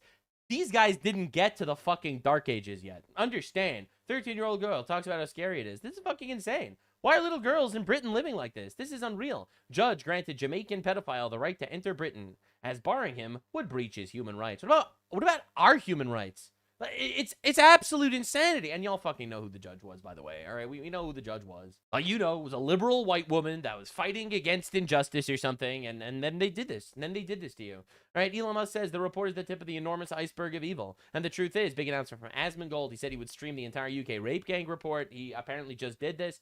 Now, the truth of the matter is, it's citizen journalists that are saving the world. All right, every single person, every single retard that's sitting there and preaching for women's rights and stuff like that, my misogynistic ass that says that a woman actually would be best off if she was married to a husband that loves her and wants to take care of her and has a lot of children, I am the one actually defending women's rights. You know, the right to not get raped by a barbarian in preschool. Asmongold, the guy that everyone's shitting on for saying that women are going to be out of jobs when AI takes over or whatever. He's the one that's fighting for women, not any of these leftists that are literally covering this up. Not any of these feminists that are afraid to be called racist.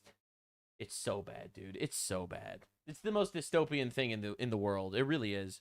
Hello, dear European and American patriots. Tomorrow I may be sentenced to Dude, it's a nightmare. Wait, actually, I'm going to show this to you in a few minutes, just so you have context. But you have to understand the response that the rape gang inquiry was getting from people. Because the response should radicalize the fuck out of you. It really should. County lines are phone lines, not border demarcations. You can't traffic people over them. The rape... And it's many such cases. Rape gang inquiry report is junk. All right, so this video has 4 million views. The rape gang inquiry report. 4 million views, 600 likes. Report is out. Yeah. How the fuck could you even have that reaction? When, like, again, in the rape gang inquiry, which I covered briefly before, you know, some of the more viral excerpts, it's Pakistani Muslims, like 4 of them, taking a Jack Daniels bottle and shattering it inside of the vagina of a 13-year-old girl as they rape her from every angle. Okay? I don't think you could possibly understand the levels of brutality that was seen. It is women getting their tongues nailed down to wooden boards while they get branded M for Mohammed as they get raped over the course of years. Right? I don't think you understand the level of depravity we're witnessing. So when you see a leftoid doing this is a woke Jewish lady for sure, by the way. All right, listen, I'm allowed to be a little anti-Semitic over here. But again, you have to understand what we're dealing with. Mrs. Libtard Believe All Victims over here giggling as her response to 250,000 girls getting raped. And I'm going to try not to laugh because it feels mean. How do you fucking say this? What the fuck? I haven't read the whole thing. It's 219 pages. It's only just come out a couple of hours ago. They also haven't done their research either. Because on page 11, for example, we find the following. In each of these areas, the same tactics were trafficked across county lines.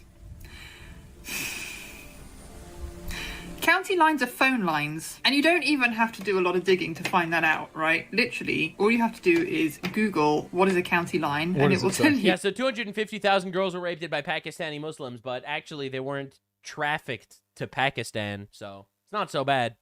That county lines are the way that urban drug dealers get their drugs out into more rural areas. They have phone lines that people can call. Those are county lines. So you cannot traffic somebody over a county line unless you're trafficking them over a phone line. Well, they're talking about being trafficked from like one area to another area, right? That's obviously what's being discussed. You have a problem with the term? They're literally taking girls and shipping them around the country. Some of them actually were shipped out of the country.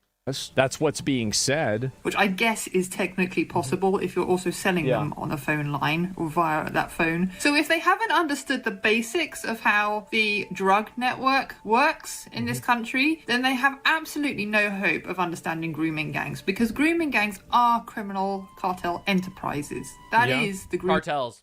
Grooming gang, right? It's a criminal gang.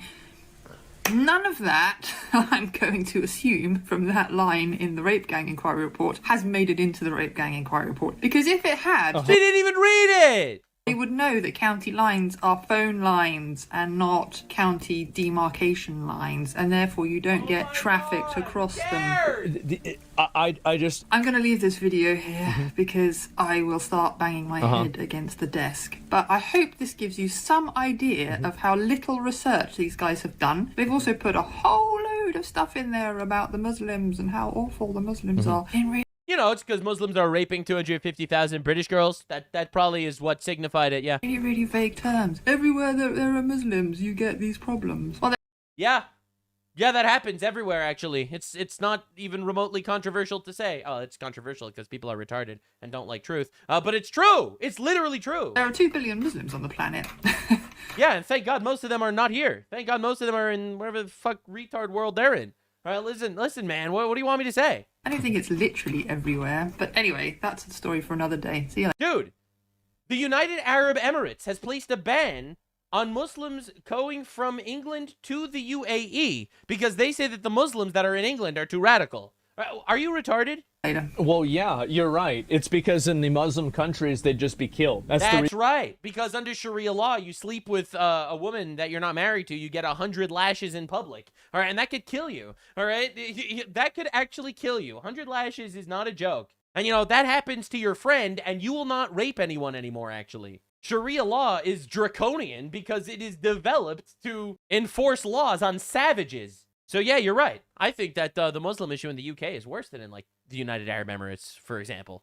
Reason why. That's why they come to Britain to rape people. It's because if they did it in Pakistan, they'd be given the death penalty. I don't even know. This is shit you're smugly and glibly debunking by nitpicking semantics, fucking evil freak. Exactly. People have no idea how bad the report is. To give you an idea of scale, during the rape of Nanking, Japanese soldiers were estimated to have raped 20 to 80,000 Chinese women. The report estimates at least 250,000 women were victimized by these Muslim rape gangs. When Fiona's mother called the police to report her daughter missing and mentioned a history of abuse by Asian men, the call handler told her, "You can't describe them as Asian men because that's racist. You should just be glad your is being taught into a different culture." On one occasion, a police officer returned Fiona to the house where the abuse was occurring, and they told the men to have fun with her. Even the UK Reddit covered this more than mainstream media. It's a hard read, unfathomable. I think you read this, you actually read what's being allowed to happen to avoid bad optics. I'm disgusted in this country. It'll be interesting watching people put more effort into debunking this video than actually solving the problem. Absolutely horrific. That's what you see everywhere. By the way, Piers Morgan said the same thing. Piers Morgan said the same exact thing. Actual monkeys in suits, these people. It's insane. Many thousands of young girls raped. Doesn't mention the fact that there were Muslim grooming gangs, obviously. But the 250,000 is invented because of a different independent report said it's not true, actually. Perpetrators and their families who stood by them need deporting. Even Reddit, dude. Even Reddit. Yeah, this breached containment big time, but not on the mainstream media. They're still covering it up. I don't want to laugh because it'll come off as too mean. My reaction when 250,000 white girls get raped by Muslims. These are monsters, demons. Demons that have learned human speech, but yet can never properly be one of us. Now, a lot of people are finally being brave to talk about the Islamification issue that's happening across the West. This guy over here, Fashihullah Safar, was just sentenced to 18 years in prison for stabbing and trying to kill cops in New Jersey. Safar shouted Allahu Akbar during the attack, told prosecutors that he planned to join ISIS. And yet this is not even in the news. Again, it's not even in the news. You only know about this because people on Twitter figured the story out and it went viral. It's heartbreaking. This just happened, by the way. This is a new story. But hey, it's just an Islamic terror attack. Motives unclear. He just shouted Allahu Akbar. Right, that could mean anything. Now, Syrian invader Ahmed Mohammed Wahabi, convicted of a sex attack on a 12-year-old British child. Yet, still roaming the country, living at a taxpayer-funded hotel. This is, again, also a new video. Pedophile! You're a danger to children! Ahmed Mohammed Wahabi! You're a danger to children! You're a pedophile! Ahmed Mohammed Wahabi! You're a registered... You're a registered pedophile! Imagine, and the government will do nothing but make sure that these guys can get out of prison as many times as fucking possible. Now, again, a lot of people keep saying to me, Nux, maybe you're being too hard. Maybe it's not the religion that's the problem. After all, there are white rapists too. I mean, there's some Christian pedophiles and Jewish pedophiles, so maybe it's not the religion. Well, welcome to your daily episode of Radicalization with Nuxanor. These are young boys dressed in women's clothing, given makeup, and forced to perform sexual dances for wealthy Muslim men before they get raped by them. Does this sicken you? This should sicken the fuck out of you. I don't even want to play anymore because the rest is even more, like, atrocious. It really is. It's unbelievable. But yeah, I feel this is educational content, by the way. This is accepted in Afghanistan, right? Because the thing is, Westernization has taught you that actually all these people are they're just good people with different cultures that you have to accept. These Jews are everywhere. We must attack every Jew on the face of the planet. We must slaughter and kill them, God willing. Enough of being angry. We're fed up. We're ready to explode. And you people of the West Bank, how long will you keep silent? You want to see knives? It costs 5 shekels. How much is a Jew's throat worth? 5 shekels or even less? God willing? Again, and I'm supposed to make believe that this is just a culture that can just magically integrate into Western society if you just import them by the million, right? This is a popular Islamic scholar with millions of followers. He's everywhere. Zakir Naik claims that abusing girls who do not comply with Islamic dress code, it's their own fault, actually. It's their own fault. If, hypothetically, you rape a girl and you murder her, and if the court of law in this world cannot prove, and then you truly repent, will Allah forgive you? And you say, most probably Allah will forgive you. And you're right. If you have committed rape and murder, and if you truly repent and ask for forgiveness, as I told, there are 5 criteria required for forgiveness. Number 1 is you admit what you have done is wrong, that the sin that you have done is wrong, admit it. Number 2, see to it that you stop it immediately. Number 3, see to it that you don't do it again. Number 4, huge, is that you ask forgiveness from Allah subhanahu wa ta'ala. If all these criteria are fulfilled, inshallah will forgive you. Great, even if you have committed rape, which is a major sin, and if you have committed murder, it's a major sin. But if you truly repent, Allah will forgive you. Nice. As we know, Allah is Rahman Rahim. Now coming to your second question, that is this not injustice to the girl who was raped and murdered? That's a good point. And I would say no. Oh. Because both the person who raped is undergoing a test in this world, the person who was raped also is undergoing a test. And let me explain to you that Allah has given guidelines to the women that they should dress up modestly, they should cover their complete body, except those parts can be seen that is the face. Now if after giving all these guidance, and hypothetically, if that girl doesn't dress up modestly, she is dressed up immorally, which people get excited and the rape is done, who's to blame? It is even the girl. The rapist, obviously. These people should not be welcomed into our society. I'm sorry. Listen, man, they are directly stated, and by the way, they have like little girls in burqas, okay, already. Just understand what we're dealing with. I wonder what they're attracted to. Right, and we are bringing them into a culture, and they really say that if the woman's not wearing a hijab and the woman gets raped, it's her own fault. She failed the test of Allah. And, well, that's it. He just had to rape her, I guess. That doesn't mean that the boy has a right to rape. No, of course he doesn't have the right to rape. But is it really his fault, though? Again, this is a scholar with millions of followers. All right, what am I even supposed to say when this is the culture? All right, Hasan introduces his third wife, Anab, to wives number 1 and 2. Are you ready for the twist? Britain let them immigrate as a nice big family with all the wives because it's their culture. It's the first time his wives Sakina and Nabila will meet his new third wife, Anab. Do you have any advice for her about brother Hasan?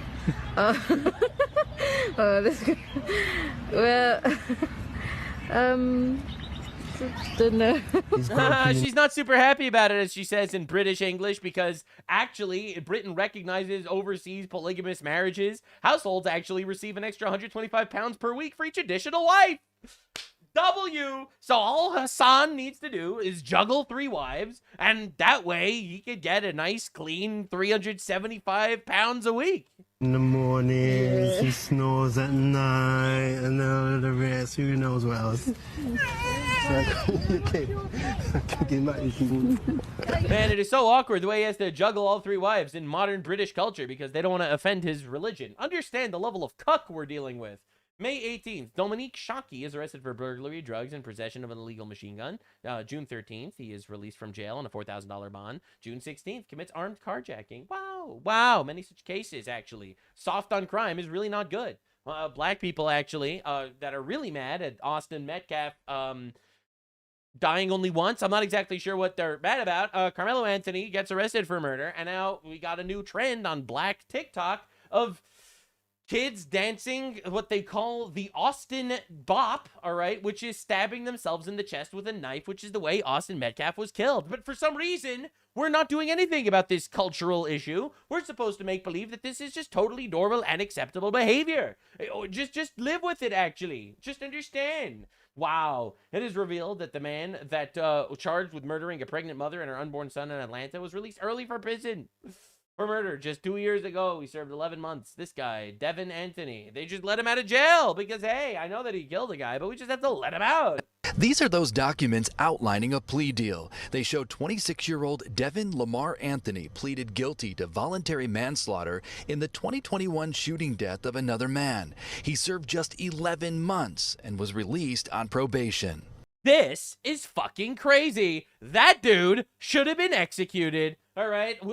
We do not need to live like this. We do not need to live like this. We're being forced to live like this by retards on top that don't want to punish criminals, and then they let this shit happen and fester. I'm sorry. I don't care if your culture accepts these things. My culture isn't. And therefore, if you want to be part of my society and my civilization, Western civilization, you either assimilate or leave. And I'm tired of making believe, oh, that's just culture in that ghetto neighborhood. No, that's not acceptable. They could go to Africa. You should get radicalized because some cultures are actually just inferior and aren't assimilating, and radical change needs to happen. The very least is enforcing our actual laws, and we need to start executing people that commit murder.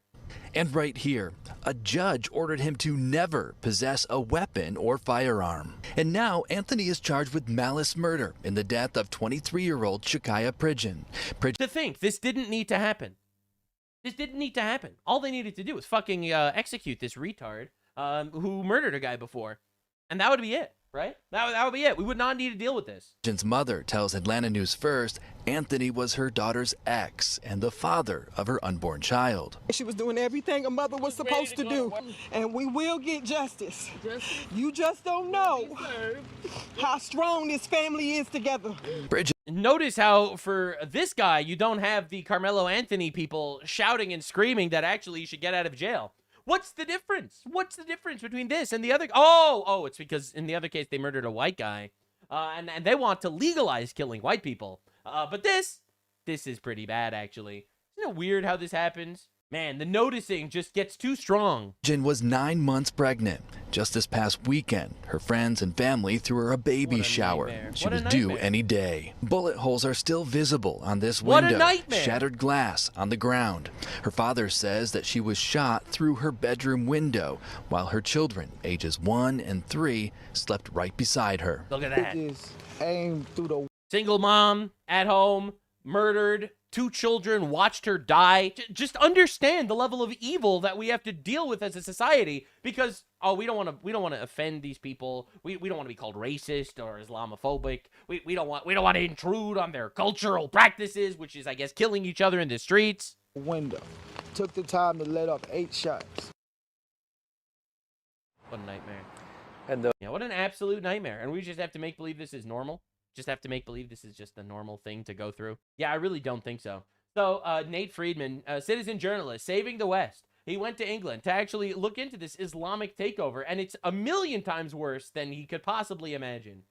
Also, total coincidence, but there are a lot of rape gangs in Birmingham. It's just a funny coincidence I just thought of right now. By the way, 200 mosques in Birmingham, and they're doing their giant prayers on the street. I'm just making sure you understand that this is just cultural domination. This is not actually for any form of religious prayer. And with the rise of Islam in Birmingham and all around the UK, would you like to see Sharia law be implemented in the UK? Well, that's what we want, you know, if they can do more, you know, what the Muslim laws are. That's right. So when Muslims are a minority, no, we love your country. We do not want to institute anything. When Muslims become even a slightly bigger minority, oh yes, we take over, we take your women, we... It'd be good for Muslim people, and it's also for the all human beings, all the human peoples. Yes. How can you implement Sharia law in the UK? What is the procedure that needs to be done? This is my own opinion, because as the but people... I'm saying, how can you do it? No, that's what I'm saying, yeah. Because as we got new consular in the council... All right, so you get Muslim communities to vote for Muslim representatives. So same thing, if we get more MPs and all these peoples... Look at that. They're gonna raise... You just get enough Muslims to fill the parliament with enough Muslims to force people to submit to your demands, or they don't get votes. And then all of a sudden, they do what you want. Wow. Their voice in the assembly or in the parliament, that what is the Muslim needs or what is the Muslim law or what they need it. Yes. So in that way, they can try to adjust, or they're going to put something in the influence on the government, and the government can then put that things on. So I'm trying to become a scholar of Islam, actually. I'm starting to read the Quran, and I'm almost done with it. One of the interesting things I was reading is that, you know, if your wife messes something up, you don't like it, you tell her you did something wrong, and then you separate from her bed. But thirdly, you may strike her. Is that right? Yeah, it is.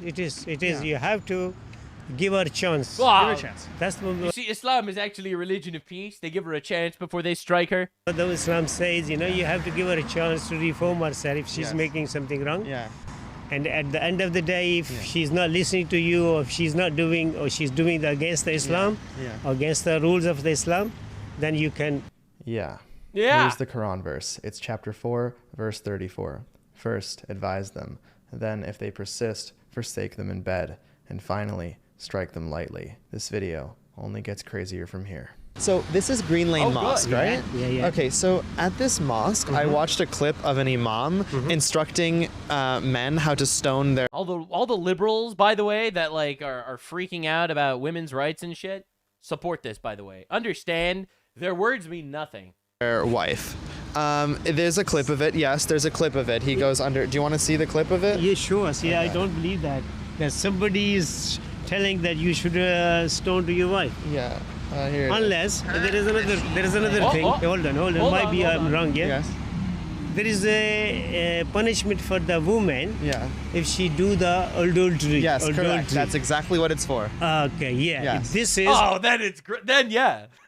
Well then yeah. Of course. And then it's okay. This is for the adultery. If she's doing something wrong, she's unfair relationship with another Muslim man, then she is allowed to do the sangsar. We call him sangsar. So he's allowed to bury her waist deep, right? Yeah, no. They have to stone. Throw the stone and kill him with the stone. Kill him. Yeah. That's what he says here. Okay, so that's okay. Yeah. I love how he like had a clip and he was gonna use it as the gotcha moment, but this guy's like, yeah, no, of course, based.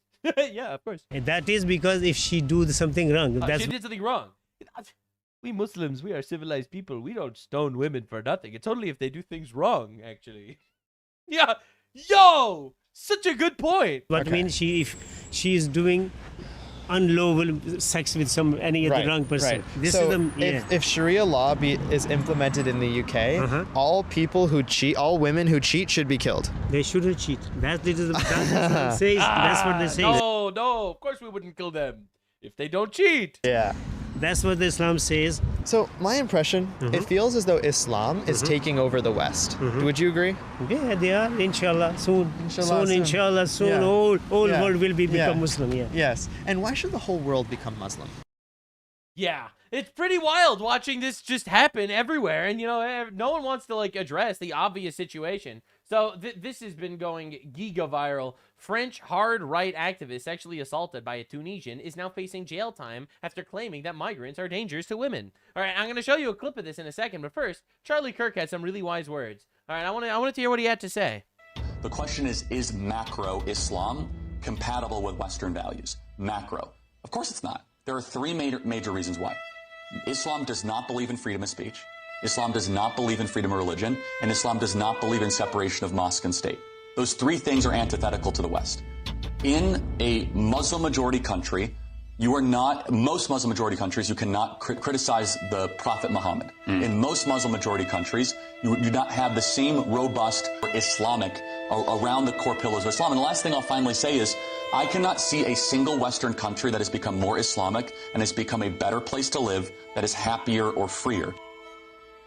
No lies detected. All right, we got to look into this case with the lady from France. Hello, dear European and American patriots. Tomorrow, I may be sentenced to unsuspended prison for daring to say on spoilers, she was French TV that the main danger to women in France comes from black African and Arab immigrant men, even though I was defending a woman who was herself raped by a Central African man, having myself survived an attempted rape by a Tunisian migrant 4 years ago. The prosecutor has sought a prison sentence against me. She dismissed our two stories as insignificant incidents which did not excuse my hate speech. Yet, all I did was describe a reality that most French people are afraid to speak about precisely because... And by the way, she's talking about this? For context, there was a viral Reddit thread of a streamer getting assaulted also in France. Le lion va manger le coq ce soir, les gars. Dude, what the fuck? This never happened. Dude speaks French and everything. He's an integrated one. He's one of the integrated ones, guys. Why is anyone surprised? Paris is an actual shithole. Welcome to Europe. If I speak, I love all of the deleted comments. When you have people that are coming from a society, from a culture that doesn't see women as adults that can consent and choose not to do things, and you they don't see women as adults in general. Adults, it doesn't matter. They marry children. Yeah, adults, that's cute. You bring them into a place like Paris, you are going to have women that are sexually assaulted. Obviously. It's because to them, that's normal. The other girl from the stream you just showed, I feel like I'm taking crazy pills. A clip from yesterday's assault's been circulating on Twitter and Instagram, particularly with the aim of engaging in political point scoring at our expense. Instead of showing are you scoring political points at our expense? We're not racist. Empathy for the victim, prefer to make generalizations over the aggressor. I do not consent to this clip being reused. Oh, you want to know something great, actually? Your consent matters sexually, but it does not matter when it comes to me pushing political points, because you see, you are not the only victim here. All of Western civilization is a victim to this shit. So yes, I will be using your clip for political points, and I don't give a fuck. Especially not for racist and xenophobic purposes. I will never have any affiliation with any media of that we don't care, actually. Kind. It's not about you. It's about everybody else that these people are affecting. If you forgive your murderer and then your murderer goes and kills somebody else, that's your fault. I'm going to do it anyway. Because he's going to go and he's going to do it to somebody else afterwards. And then so many leftoids do this. Now, another thing that they do in a lot of these countries is the actual government tells them to say, please don't use my experience for political purposes, so that they could shut down criticism by saying, yeah, but you're actually bad for, you know, she didn't consent. I don't care. I do not care about her consent in regards to me using a situation that's public for my political means and ends. Sorry, don't give a fuck. Then that person is going to be hurt because of what you think is performative empathy. This is the repression faced by people in France who speak the truth out loud. Just yesterday, I was still hesitating to publish my story, thinking nobody would notice, and it has now spread beyond our borders. And thanks to this media pressure, the justice system may back down before trying to send me to prison. It's not enough. Instead. Spoilers! She was arrested. She is facing jail now.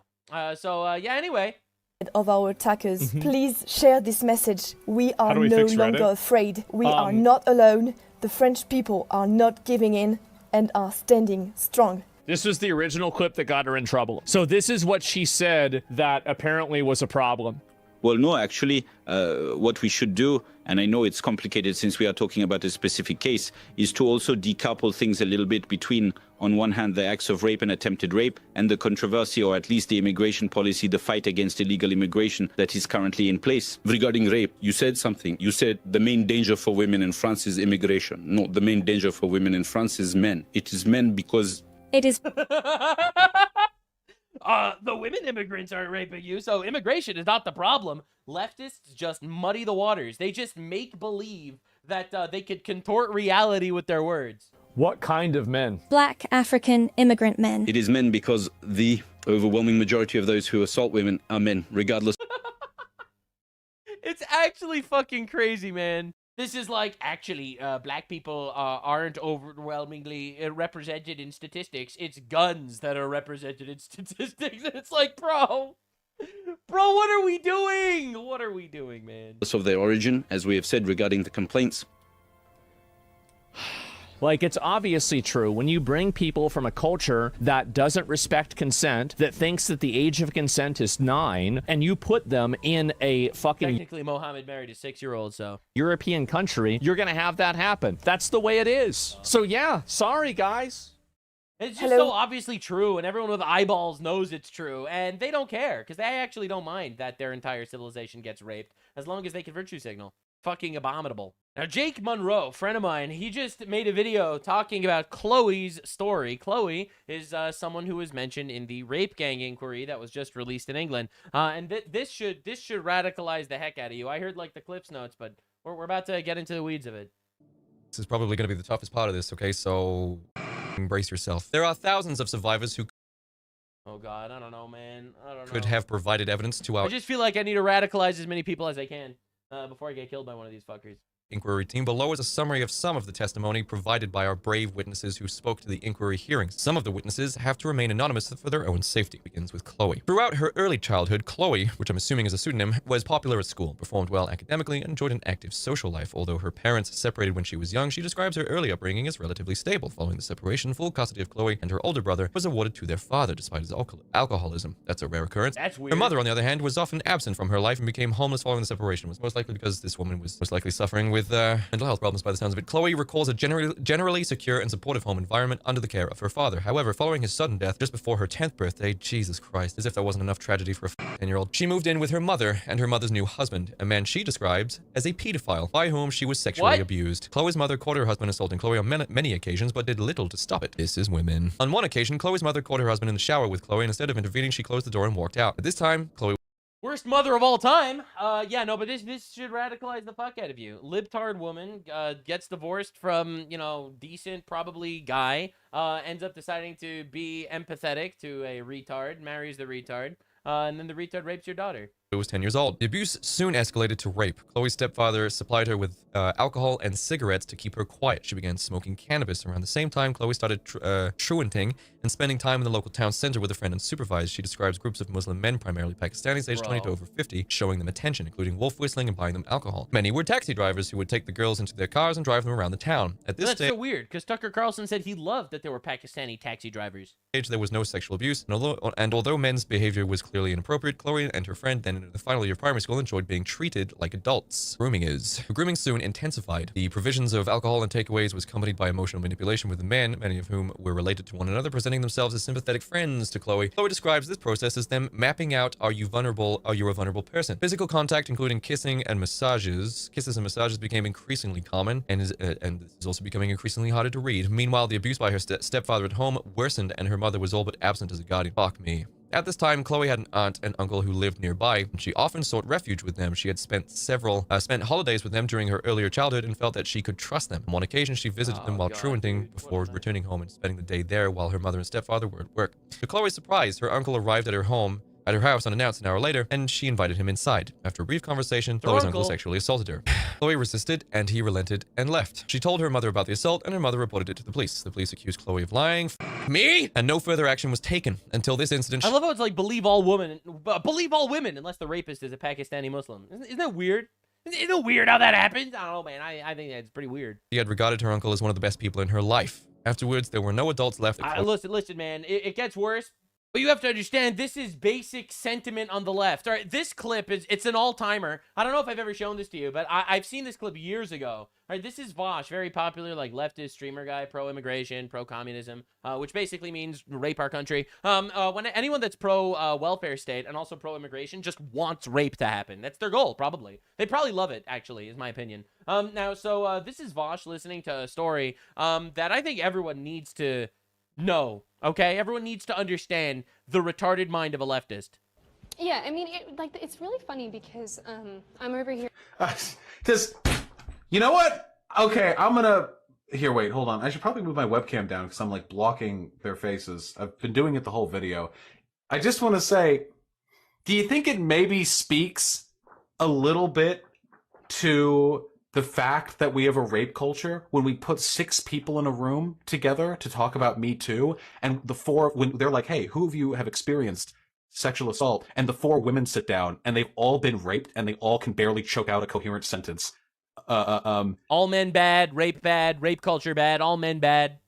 Like, do we think this perhaps maybe slightly speaks to the fact that there's a problem? Like, Me Too has gone too far. False allegations are ruining people's lives. Okay.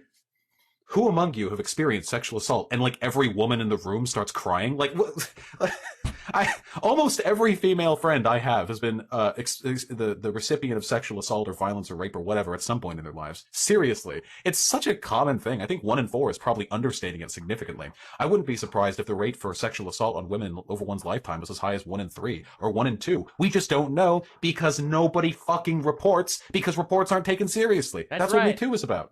Gigantic crash out, men are all rapists, our culture is bad. Here, like, I don't think things are on the same level, but things impact you in, like, bizarre ways. But yeah, like, because the perpetrator wasn't white, and because he was, like, part of, like, a certain religion. Wait, are we being real? And the police were basically just like, we can't because of cultural differences, which I don't feel like is such a good... What?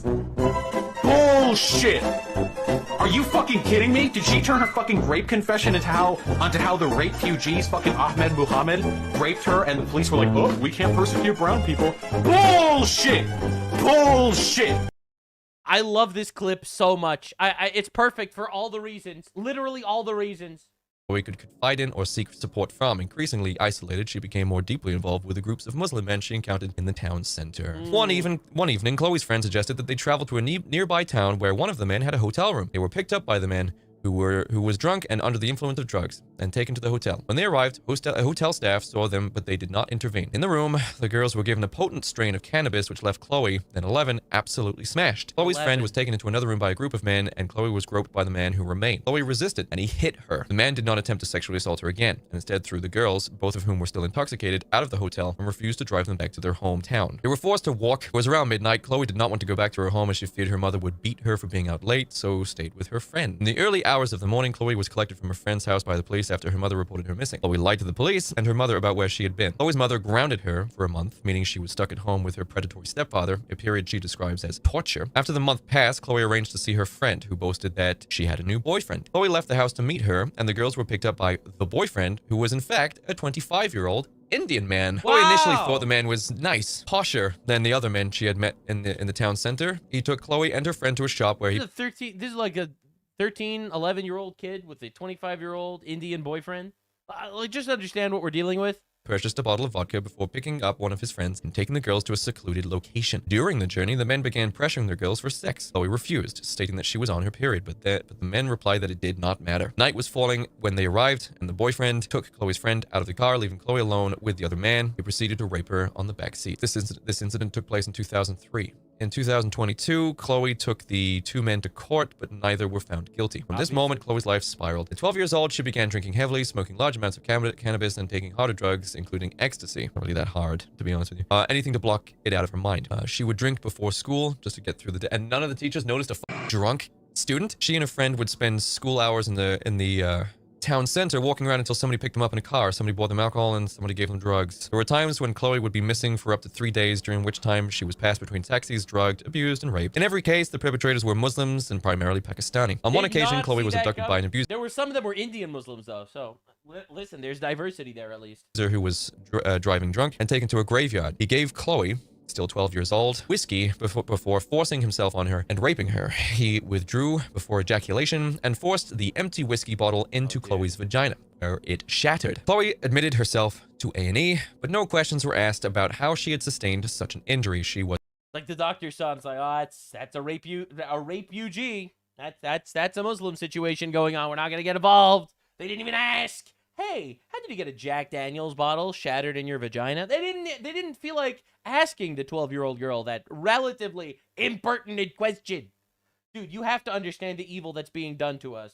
Was examined, the glass was removed, and she was discharged. Chloe was questioned by police due to her absence on a number of occasions. Each time, she was asked where she had been, who she had been with, and what she had been doing. She replied that she had been having sex with adult males in cars. Rather than opening an investigation and pursuing her abusers, the police dismissed Chloe as a prostitute at 12 years old. She was 12 years old at this time, and the police had literally just dismissed her as being nothing but a prostitute. They asked her whether she was consenting to the sexual activity, and despite Chloe telling them that she did not know the definition of the word consent, they reported that she had not, that she had been consenting, and that she was a 12-year-old prostitute. The police said this. The police said this. The police found Chloe, as well as other missing children, in cars. Do you understand the evil being done to us? I feel like people just don't get it. People just don't get it. 250,000 girls, children raped by, 87 to 95% by Muslims, all right? Let's make believe there's no issue.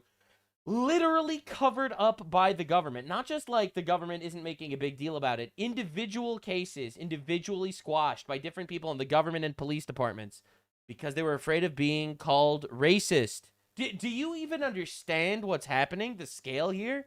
With the gang members on multiple occasions, but let the gang members go on without so much as questioning them. On one occasion, Chloe was in the town center and was identified as a missing child by a police officer. Yeah, so you're identified as a missing child if you are a minor and you go missing for a certain period of time. However, you can also become a legal prostitute, apparently. And the legal age of consent in the UK is 16, not 12. Chloe was in the town center and was identified as a missing child by a police officer who questioned where she had been. Chloe told this police officer about the full extent of the abuse, and the response of the police officer was that nothing could be done, and Chloe was let go. In response to her truancy and deteriorating behavior, the school regularly placed Chloe in isolation and compelled her to attend additional after-school classes every day. This did little to improve her emotional state, and she continued to spend time with her friend and her friend's boyfriend. Dude, this went on for a number of years. The boyfriend would simply supply the girls with alcohol and drugs, as well as introducing them to his friends, who were exclusively South Asian men. On one occasion, he took the girls to his place of work, a textiles factory where he raped Chloe. Following this incident, Chloe stopped spending time with the friend who, up until this point, had accompanied her throughout her exploitation. By this time, Chloe had become so accustomed to her lifestyle of spending time with the Muslim gangs that she continued to do so without her friend. This is called grooming. That's why they're called grooming gangs. I see a lot of people say don't call them grooming gangs, call them rape gangs. I think grooming gangs are like worse almost. All right, because here you got, a dozen adult men raping children to the point that they're so broken that they think it's normal. And then they get raped over a period of years. Right? People do not understand what's happening. And no mainstream media is reporting it. And on one occasion, following another late return home, her mother grounded her for 2 months, fearing further abuse. The rivers of blood flowing on the altar of diversity. People are not nearly angry enough. Stepfather Chloe walked to a nearby social services office while her mother was at work and reported the Chloe was interviewed by the social workers about the abuse, after which her mother and stepfather were arrested and questioned. Both denied that the abuse was taking place and were released without charges. So you can very much just go into a police station, lie, they believe it, and you leave. I can't believe this. It seems like the police know that there's a sex pest gang comprised of Indian men operating in this town, and they don't want to touch it. In fact, they've probably been instructed not to touch it. These two, this rapist and the enabler, her mom and stepfather, were brought in for questioning. They lied, and the police went, oh, okay. They didn't want to investigate or pursue. Chloe made further appeals to social services. By the way, as someone who's actually been involved with social services recently, they are useless. Chloe made further appeals to social services and was eventually removed from the house and placed in foster care. She lived with a couple who cared for several other foster children, and though she found them snobby and judgmental, found some semblance of stability with them, but it did not last long. She was still living in the same town, so when she went into town center, as she often did both alone and with the foster carers, the Muslim gangs would recognize and target her. She remained at the same school, and because she she now lived further away, the foster carers paid for taxis to take her there. She would ask the taxi drivers to drop her near the school, and rather than attending, would walk to one of the neighborhoods where Muslim gangs spent their time. The gangs would take her into their taxis, ply her with drugs and alcohol, and sexually abuse her. This was all at the age of 12. She's now 13 here. Chloe disclosed to social services that she was being sexually abused by gangs of Muslim men. And you got these, like, then they ask the imams in the mosques, and they're like, well, the woman was not wearing a burqa, so how can you even stop him from raping a 10-year-old? It's her fault. She wasn't even dressed modestly. We have to understand where the fault for this really lies. Obviously. And the real shocker is, like, where are all the good Muslims that are coming out here to condemn the 250,000 girls getting raped by Pakistani Muslim gangs? Like, where are all the good Muslims calling out the bad Muslims? That's what I want to know, guys. That's a question for you to respond to in the comment section below. Well, where are all the good Muslims calling out the bad Muslims? In response, social services did not intervene. Yep, I believe that. But rather talk to Chloe about contraception and sexual health. A 13-year-old. At least when you're being raped by these men, sweetie, make sure you wrap it up. In response, they did not intervene, but rather, acknowledging that she was being raped, advised her to use contraception and to be mindful of things like sexual health. One social worker started regularly taking Chloe to a sexual health clinic where she was diagnosed with chlamydia in her throat and vagina, gonorrhea, genital warts, and pelvic inflammatory disease. Neither the social workers nor the clinic staff questioned or fucking filled out the Pokedex on STDs. reported this. The police were aware of Chloe's activities, but instead of targeting those responsible for her abuse, they reached... Dude, she was 12 years old or 13 years old at this time. Like, how? Like, I'm freaking out here. How is this possible? Routinely failed to question, let alone pursue further action. When Chloe was found in cars and houses with them, Chloe was soon moved to a different foster placement with a far more protective carer. On one occasion, a gang came to the foster home searching for Chloe and these rabid animals, and the carer fought them in the street to protect her. Around the time Chloe turned 14, a social worker approached her about her ongoing sexual exploitation. This was one of the first times this had happened, and Chloe was relieved that her abuse was finally being addressed. However, rather than offering a solution, the social worker instead told Chloe that the producers of Emmerdale were looking for a young actress to play the victim of a child sexual exploitation, and asked whether she would be interested in auditioning for the role. No shot, dude. Given her experience. Are you serious? I can't believe this to be real. I want you to imagine, I want you to truly understand that there are 200 plus pages in this report. Grasp how unbelievably sad it is that a girl lost her father. He died. He took good care of her, and he died. That's already tragic enough. Your immediate next experience of life at the age of 10 is to be raped by your mom's new boyfriend or new husband. She's 10 years old. She's meant to be playing outside with her friends, going to the park, developing a little bit of independence, being guided into early adulthood, the young adulthood. She's meant to be assured every step of the way when her body starts to change. She's meant to be going on family vacations where she hangs out with her cousins, brothers and sisters, Saturday morning cartoons, cereal, that kind of thing. And all she's ever known is rape and betrayal, substance abuse, and constant unending failure of every single adult in her life. The most impressionable, most vulnerable moment in a girl's life, in a kid's life, is when you transition from being a child into being a teenager. It's an incredibly volatile time in everyone's lives, where support is meant to be the primary thing, where love and understanding is meant to be the thing that's there for you to help guide you through this. And instead, everyone's just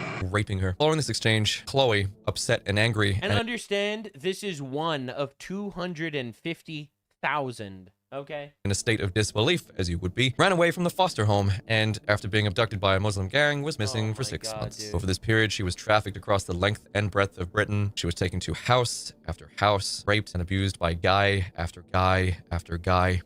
The men who abused her paid money to the gang, which treated her as little more than a commodity. She was reported missing, and her photograph was shown on TV. Her abusers remarked on this, "You're that girl off the TV that's missing." But her whereabouts were never reported to the police. Chloe describes a cycle of grooming, rape, and drug and alcohol abuse. This went on until eventually she was located by the police. When the police found her, she was in a car with a South Asian Muslim man. That man was let go without charge. She was returned to her mother's house. Holy fucking shit. She's missing for 6 months. They're playing her... they're trying to find her to the point that they're literally broadcasting her face on the TV. They find her with an adult Muslim guy, and they don't charge him. Dude. This isn't failure. This is purposeful. This is intentional, malicious evil. You know, like, every once in a while, someone's like, oh yeah, the reason why the leftist policies cause all these people getting raped is because they're actually worshiping some sort of demonic entity using dark sexual energy for their ritual. And I'm like, yeah, okay, dude, all right. But you know, you start reading these stories, and it's like, I don't know, man. For some reason, all these, like, pedophile billionaires believe in weird occult shit, and it's like, I don't know. Maybe this is actually just an actually intended consequence of mass migration. No, I mean, mass migration, obviously, it promotes communism because these people fucking suck for the most part. So it promotes communism. It destroys the culture. It's anti-God in every possible way. It gives you power because now you have gigantic Muslim voting blocks that are obviously they're going to vote for the guy that turns a blind eye to the Muslim grooming gangs. The Muslim groomers are not going to actually fucking vote for the guy that wants to execute them. So in order to maintain power and maintain votes and ruin the life of anyone that exposes them, calling them a rapist and a murderer and, you just start slandering them as racist neo-Nazis and putting them in jail for exposing this, like Tommy Robinson, who was arrested like 5 times for exposing this shit. And the crazy thing is, I think since so many people understand that the future is Islam, because it's not like these leftists are having children, they're aborting their babies, right? The Muslims are having 7 children each, so you want to import them to vote for you forever, right? They understand that that's the future. You have to appease these guys. That's why it's believe all women unless it's Christians getting raped by Muslims on a massive fucking scale throughout all of the West. Right? It's believe all victims unless it's Jews getting raped by Hamas. It's believe all victims until the Yazidis are being taken as sex slaves by ISIS. The UN for women is constantly talking about women's rights in America, while the UN is comprised of, a quarter of the UN is Islamic countries where they're sex trafficking children. They recently put Iran in charge of the UN for women. Iran, the Islamic Republic that executes women for not wearing hijab in public and rapes them before their execution so they don't go to heaven as a virgin. Those are the guys in charge of UN women. You have to understand the corruption on a global scale.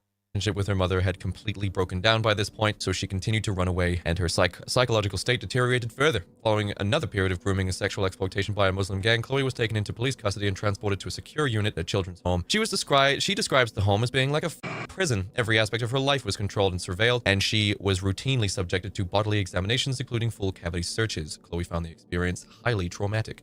She remained there for 9 months, by which time she was almost 15. Social services determined that she was well enough to be released, and she was placed in foster care not far from where she had been living before. Chloe describes the new carers as a positive and encouraging presence in her life, and in spite of her proximity to the sites of her abuse and exploitation, Chloe found stability and security living with them. She enrolled in a full-time hairdressing and beauty course at a nearby college. The next 2 years, Chloe describes her life as fantastic. As Chloe approached her 18th birthday, social services notified her that the foster care would soon end. They identified a house for her, and after parting ways with her carer, she moved in.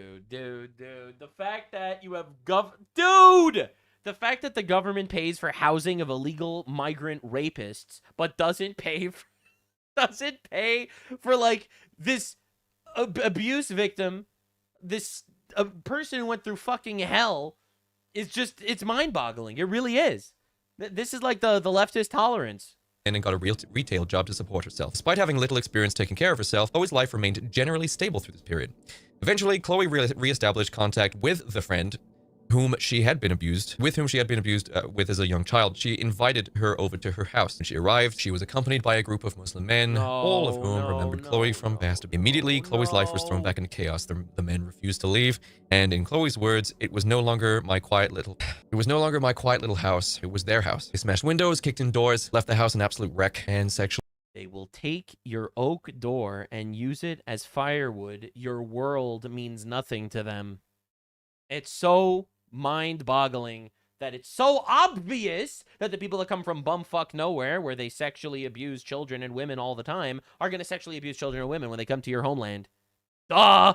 Abused Chloe. One of the men, a previous abuser, pinned her down, pulled her trousers down, and sat on her face, orally raping her on her own sofa as the rest of the gang watched. Chloe returned to drugs and alcohol to cope. Though she was still working in retail, her ability to work was rapidly declining. During one shift, one of her colleagues, someone she was friends with, jokingly pinched her bottom. Chloe, traumatized by the year's abuse, punched him in the face in the middle of the shop. She was brought before management, tried to argue her case, but was fired. Left with no income, Chloe spiraled further. The Muslim gang was still occupying her house, and with nowhere else to go and no ability to remove them, she remained there with them. They routinely drugged, abused, and raped her, including with objects, including soft drink cans, keys, and a baseball bat. Before long, they started to pay her bills to consolidate their presence. This is savagery! Savagery beyond our imagination. home. On a number of occasions, they brought young children. Chloe recalls a number of occasions when boys under the age of 18 from Muslim communities, from the Muslim community were pressured and bullied by their older friends and relatives into raping her. Chloe was forced to commit crimes, including insurance fraud and the holding of drugs. On one occasion, she contacted the police to report an assault that was taking place in her house, and when they arrived, Chloe was threatened with arrest rather than the gang members, as the property was registered in her name. One evening, an associate of the gang from a neighboring town arrived at the house, a notorious sex trafficker. He soon began taking Chloe to bars and nightclubs in the surrounding area. There, he would spike her with heroin before handing her over to men who sexually assaulted and raped her. Chloe became addicted to opiates, as you would if you were exposed to heroin, and her health deteriorated rapidly. She became anorexic, weighing just 5 stone at the age of 18. Hell. The use of heroin was a method of control by the gang, as it left her with no ability to defend herself physically. Her daily existence became a relentless cycle of rape, exploitation, and violence. Eventually, a social worker visited Chloe and was shocked by both her appearance and the conditions in which she was living. Concerned for her welfare, she took Chloe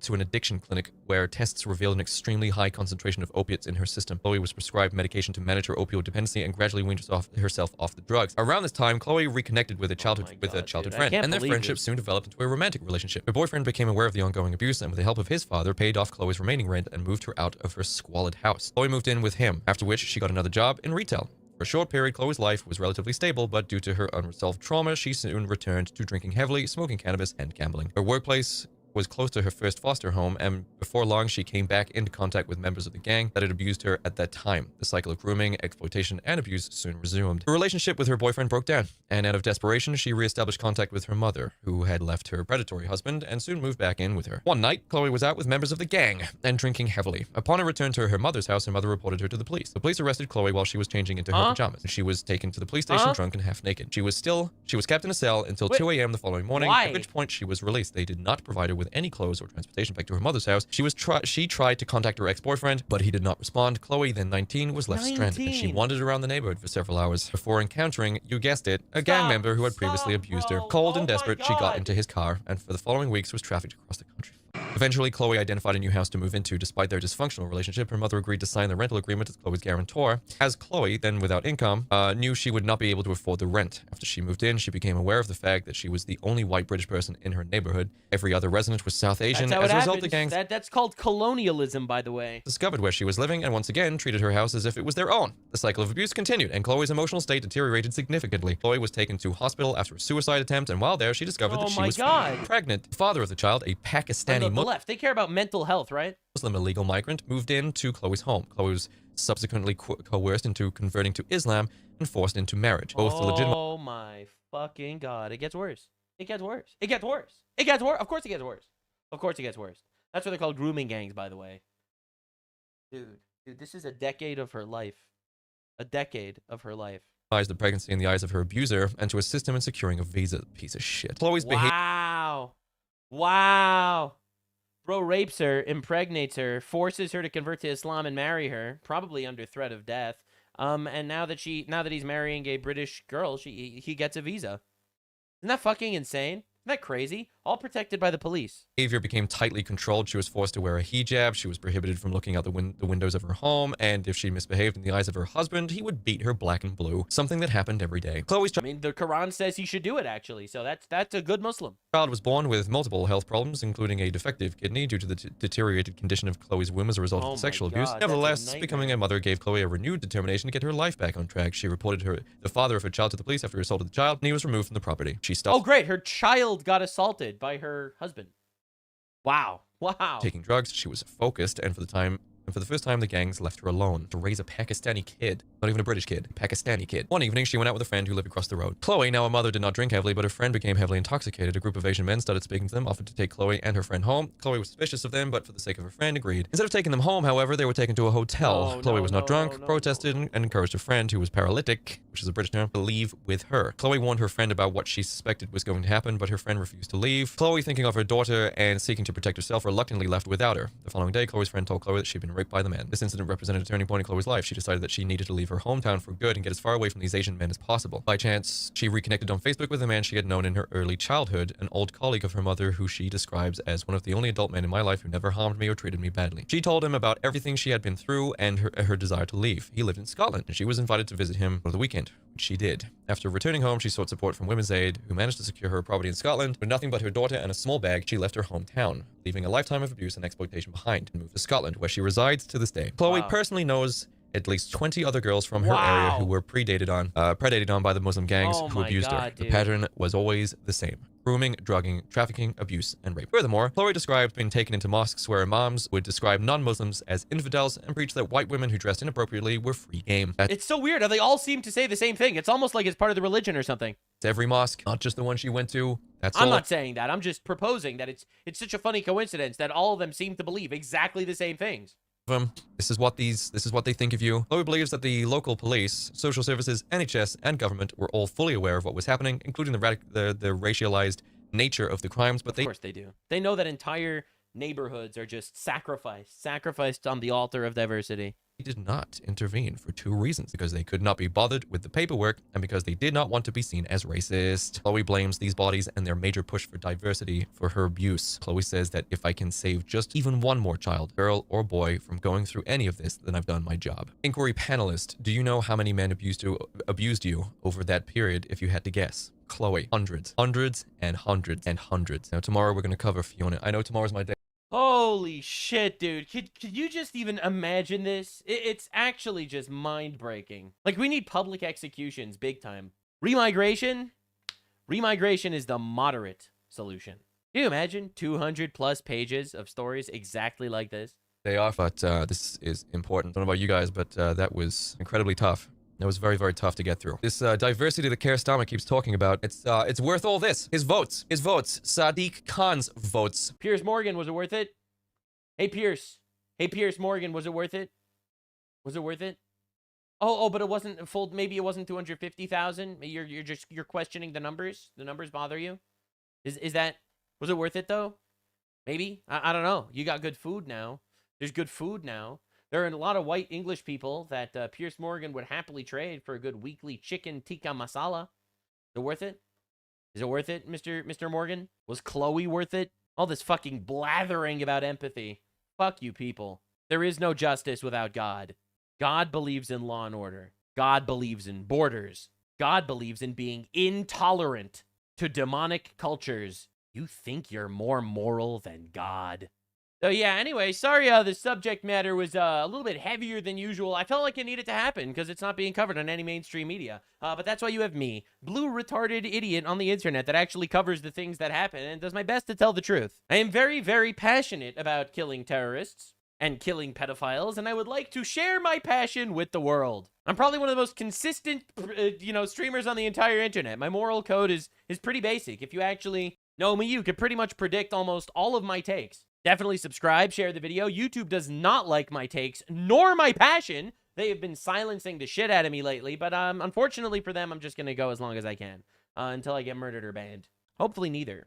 Please fight for me. All right, I'll see you in the next one. Appreciate you guys a lot. Definitely subscribe. Take care of yourself. Get married, have children, raise a family, be there for them, be the change you want to see in the world.